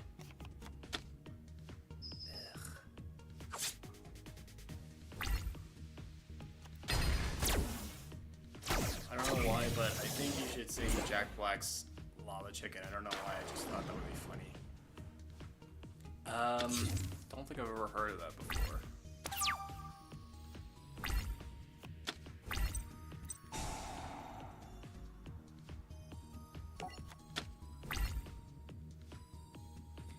I can attack directly with this card.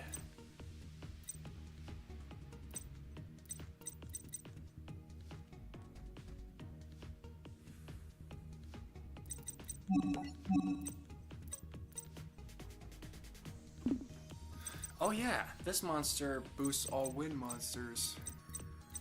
I only have Clock Wyvern as my wind monster.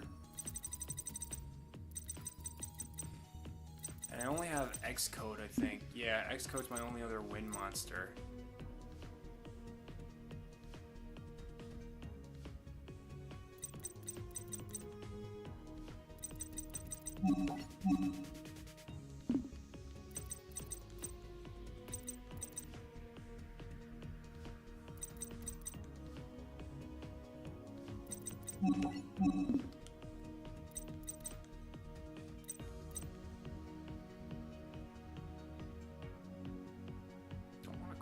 This one yet either.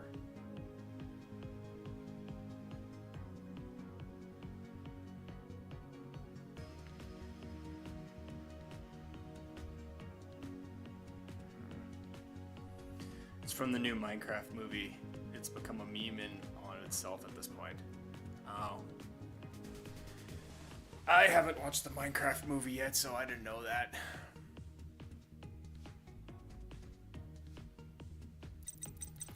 So I get Clock Wyvern back into my hands. And then what else would I be able to summon?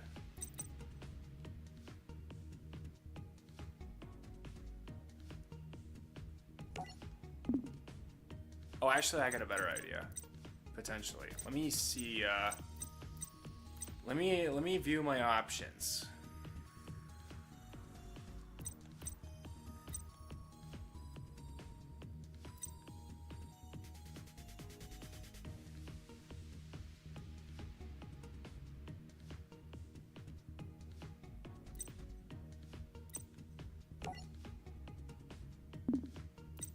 I could summon X-Code again, and as long as I don't have the field spell off, it won't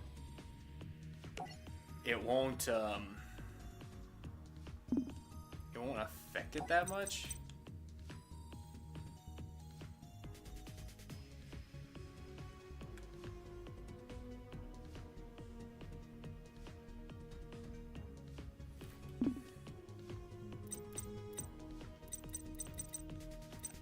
Or I can go Power Code Talker, summon through Honeybot and Dotscaper or Cypress Gadget, and then revive another monster through their effects and make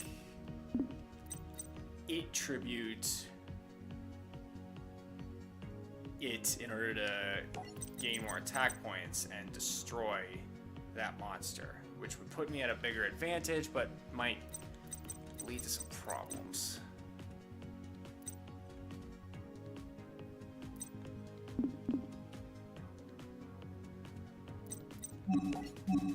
Although,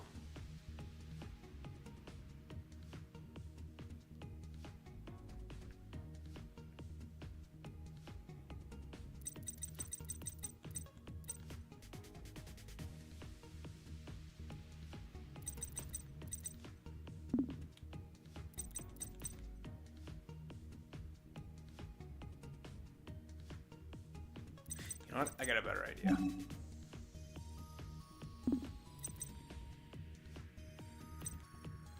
Or I thought I did. The Minecraft movie was memed to death ever since the first trailer when Jack Black said, "I am Steve." Oh yeah, I can believe it. Okay. I thought I had an idea. I don't.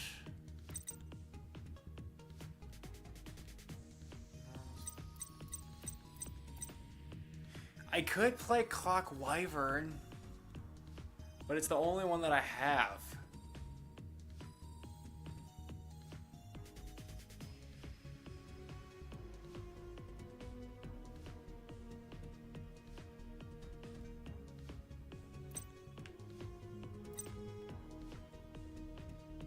I mean, I can get it back with this one, I guess. I want to be able to, like, maximize as much damage as I possibly can. No, I'm not having its attack. I want to be able to destroy this thing.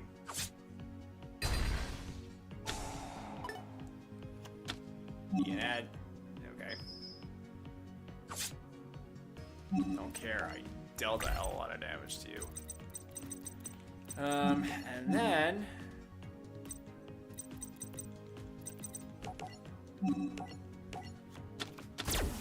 Xcode. Xcode joins the battle.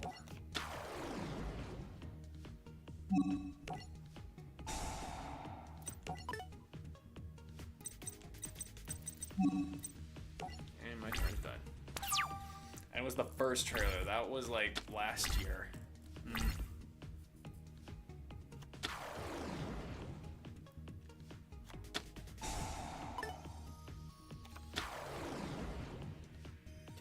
So we attribute a token. You don't have a token to tribute. Oh! That! Alright, you suck. On the bright side, though, never mind. I can't catch a break here.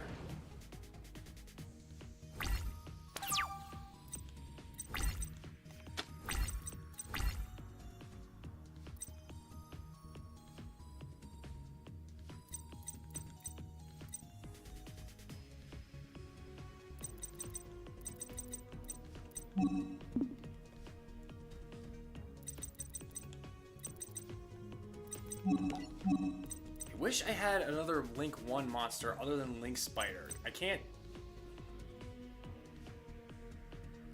use it. I can summon it right now, but I won't be able to use it effectively.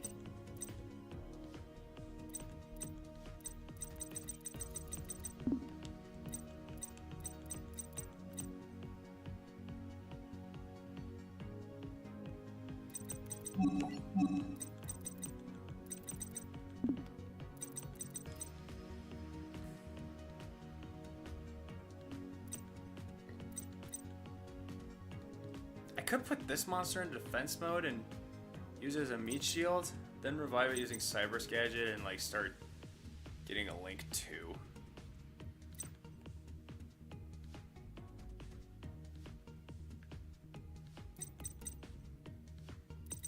Yeah. I think that's my best chance. And it's not. Well, he's still got 3 cards in his hand. He might have something to F me in the A. And to be honest, I'm probably not going to watch the movie since it was memed to death from the start. Yeah, I guess that was kind of inevitable.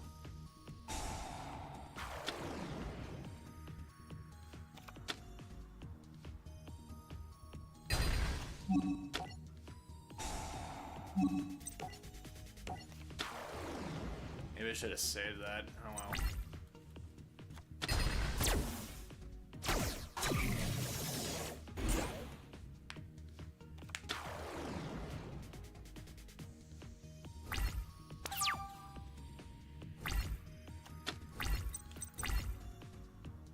Okay, this could come in handy.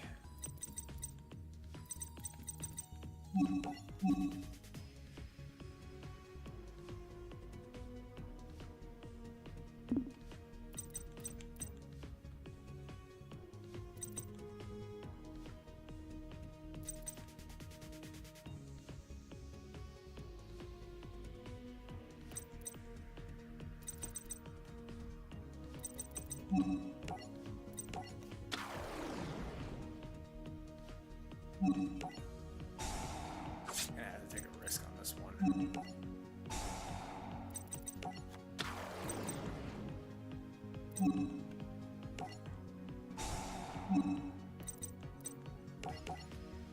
Clock Wyvern back.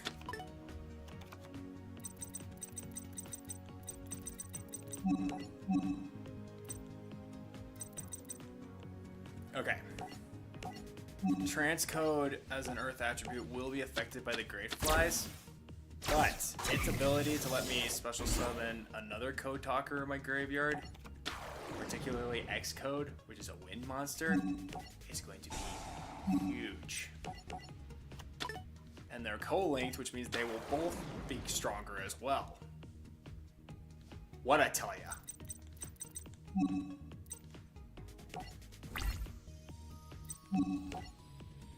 Destroy you. Make my monster a little stronger. And destroy you. Okay, I'm banking it on this.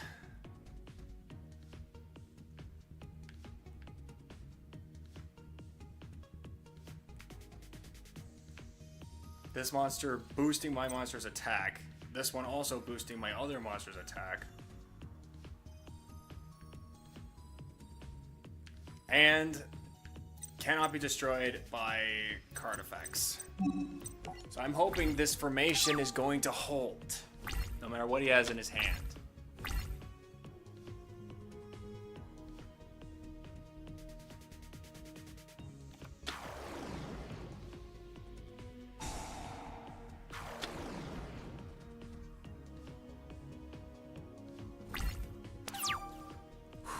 We're safe. Welcome to our club! Welcome to our club! Hey, thank you for the sub. Callius Bennings? I hope I pronounced that name right. If not, I greatly apologize. But welcome to the stream. Hope you're doing well, buddy. And again, thank you for the sub. Plus, you couldn't even go a single day without seeing I Am Steve being memed online. It kind of just killed my hype for the movie in my eyes. Not that I had any hype, that is. That's fair.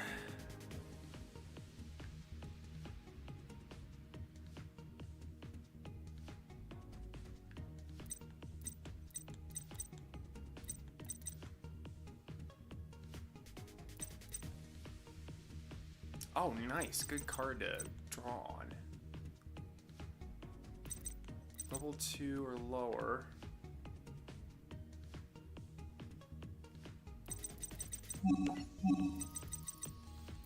We have another Honeybot at all? Or at least another level 2 monster. Or a Link 2, I should say. Ugh. I do.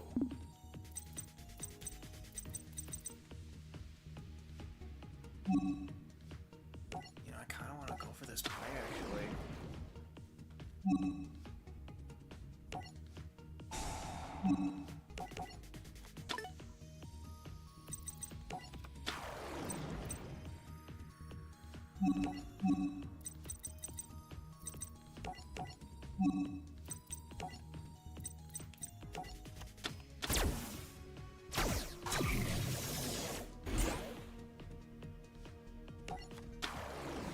Dang, I'm actually close to doing an extra link, which is something I've never done before.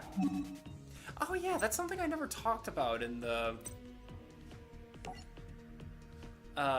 in the other duel as well, because an extra link was pulled in that game, which was pretty cool.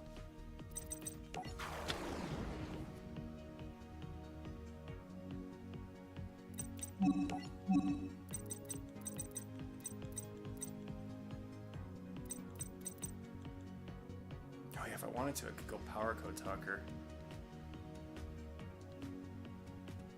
That might not be such a bad idea, actually.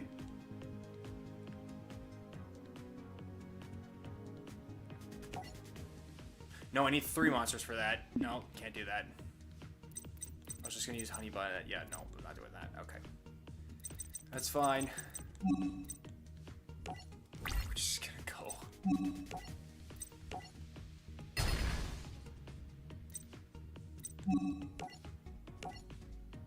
I'm pretty sure I win here anyway. Yeah, I win.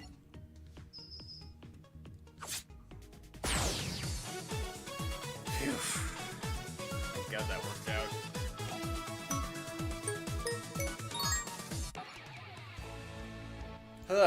Okay, so to wrap up that part of the story, the shepherd was defeated, and they were able to get into this mysterious area.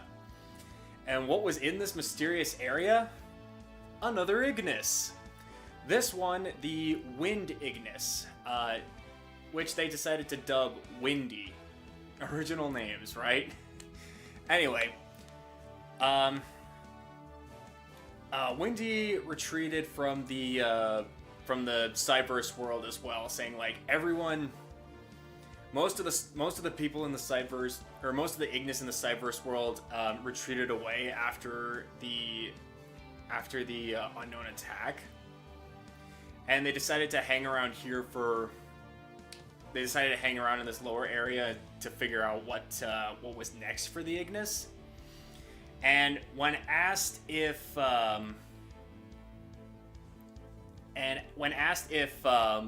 they knew anything about the mysterious man who stole Jin's data consciousness, Windy said he didn't know, but he had seen a mysterious person fly around his area, so we could probably find him there. But he also wanted Playmaker and his team to do a little favor. Get rid of the other intruders that came in, i.e. Ghost Girl and Blue Angel, who at this point has changed her online name into Blue Gal. Well, it's Blue Gal in dub, it's Blue Girl in the sub, so I should probably just refer her to that. So, yeah, that's the new look for Sky's online persona, going from Blue Girl or Blue Angel to Blue Girl. So yeah. Oh, and this other person here, that's what Soulburner looks like, if you couldn't tell by his crazy fire theme design. That is Soulburner. But we'll save this duel for another time, because we have to wrap it up. I actually, that's so crazy. I almost came this close to actually pulling off an extra link, which is something I actually forgot to mention from the first duel that we did, because an extra link was performed in that duel between Playmaker and Revolver. Basically, what an extra link is, because normally. When you summon in Master Rule, back in the days of Master Rule 4, when Link monsters were being introduced, Link monsters, as well as all extra deck monsters, could only be special summoned in the extra deck monster zone. So like those two little squares in between both sides of the field, those were known as extra deck monster zones. And back in Master Rule 4, all monsters that were special summoned from the extra deck had to be placed in there, or placed in zones that Link monsters were pointing to. So like if you had a Link monster, if you summoned a Link monster in the extra deck monster zone that was pointing down into the zone, into a zone below it, you could place another extra deck monster in the main monster zone in order to summon it that way. this with Master Rule 5, this rule only applies to Link monsters and face-up pendulum monsters that are in the extra deck. Synchros, fusions, Xyz, they can be summoned all over the extra deck monster zone. But there was another little tidbit of this rule is that once you place a monster in one of those extra deck monster zones, you cannot place another one of your... You cannot summon another extra deck monster in that other zone if you already have one in there. But there is an exception to this. You can place both monsters in the extra deck monster zone if you perform an extra link. So what is an extra link? Well, I'll tell you. It is where you make a co-linked chain. So I remember when I told you that certain link monsters have effects that require to be co-linked with another monster, and what co-linking is having one link monster's link arrows pointing to one link monster that has a link monster pointing to it as well. So when one link monster is just pointing to a link monster that doesn't have the same pointing to that monster, that's known as a regular link. But if two link monsters are pointing to each other, that is a co-link. And some link monsters effect requires that it has monsters co-linked to each other. Some others require them to just be linked, but some require to be co-linked. To pull off an extra deck summon, you have to make a co-link chain all the way from the first extra deck monster zone down to the other zone. If you have one co-linked one monster that's co-linked going up and down, and another one that's going side to side both times, like whatever direction you're going to, and have that one monster also pointing up into the extra deck monster zone. If you have another link monster that has an arrow pointing down that can also be co-linked to that monster that's pointing into the extra deck monster zone, you can summon that monster in that spare extra deck monster zone despite having one in the previous section. Oof. It's a little hard to explain, or maybe I'm just really bad at explaining it. But back in the days of Master Rule 4, if you were able to pull this off, you could effectively lock your opponent out of using their extra deck monsters, which is goddamn crazy. And again, in the anime between Revolver and Playmaker, in that fight, or in that duel that we did before, Revolver actually did pull that off. But as you can imagine, it is very hard to pull off. Because at minimum, you need one pointing down. You need one link monster that's pointing down. You need another link monster that's pointing up and left. Another one that's pointing another link monster that's pointing side to side, and then another link monster that's pointing right and up, and another monster pointing down at the bare minimum. So at the bare minimum, you need at least 2, 4, 6, 7, 8. You need 8 materials in order to pull this off, which I suppose isn't that hard to do, but it's like, to my knowledge, I don't think anyone has ever pulled it off. Well, I shouldn't say that. Somebody must have pulled off an extra link at some point. Yu-Gi-Oh players are crazy, mind you. But yeah, it's a very hard mechanic to do, and with Master Rule 5 essentially making fusions, synchros, and Xyz not restricted to the extra deck zone, this extra deck, or this extra linking ability, essentially became useless, so no one ever does it. You still following me on this?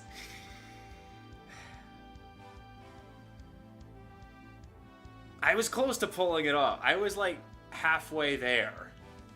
But, oh well. We can only dream. Anyway. That's neither here or there now, because, yeah, we're finished with the stream, so we're gonna call it a night. Thank you all so much for coming on out. Hope you all enjoyed your time here. Let's give thanks to the people who made this stream the best stream possible. Shout out to Calulus Bennings. Again, if I mispronounced your name, I greatly apologize. For becoming a new sub. Thank you very much for the sub. Hope you enjoyed your time here in the League of Leos. Also, shout out to Belf for the Belf family raid. If my mods could drop a link to their channel in the chat, that would be greatly appreciated. Thank you again, and also thank you, raiders, who came in on said raid. Very much appreciate it. Am I forgetting some? No. I think I just have gold and platinum tier members. We have Ash as our gold member, and we have Heather Flanagan, Ashley, aka Little Ball of Fun, Mike Flanagan, Gum Monkey, Daniel Perez, and Top Secret Yoshi as our platinum members. Thank you also for the 4 likes. Thank you, thank you, thank you, thank you, thank you.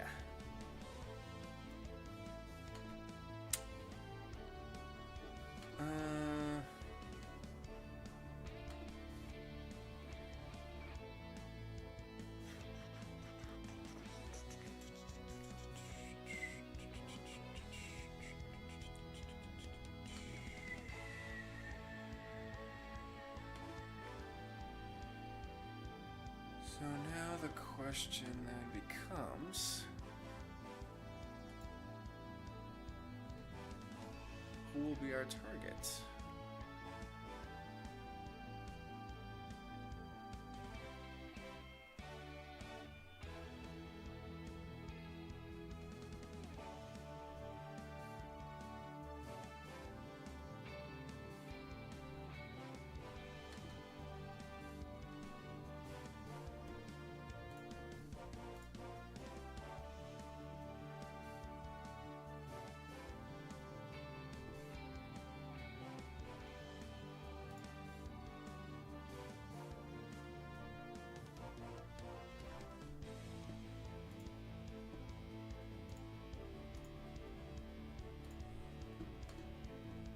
I think we'll go to this person. Just need to wait a little bit. It's ads. It's always ads.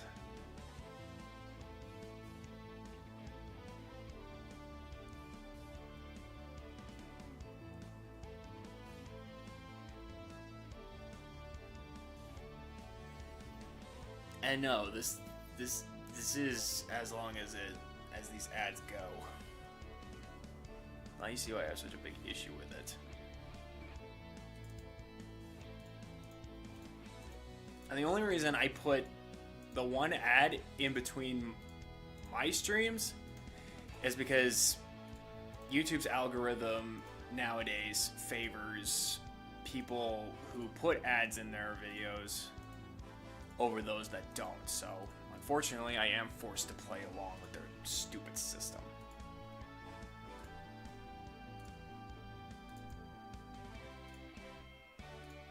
Okay, I have us our target. It is going to be King Tai Gaming, who is currently playing some Mario Party Jamboree. Let's go raid this guy by using the hashtag LeoRaid to let him know where we all came from. But guys, that is going to do it for this streaming vid.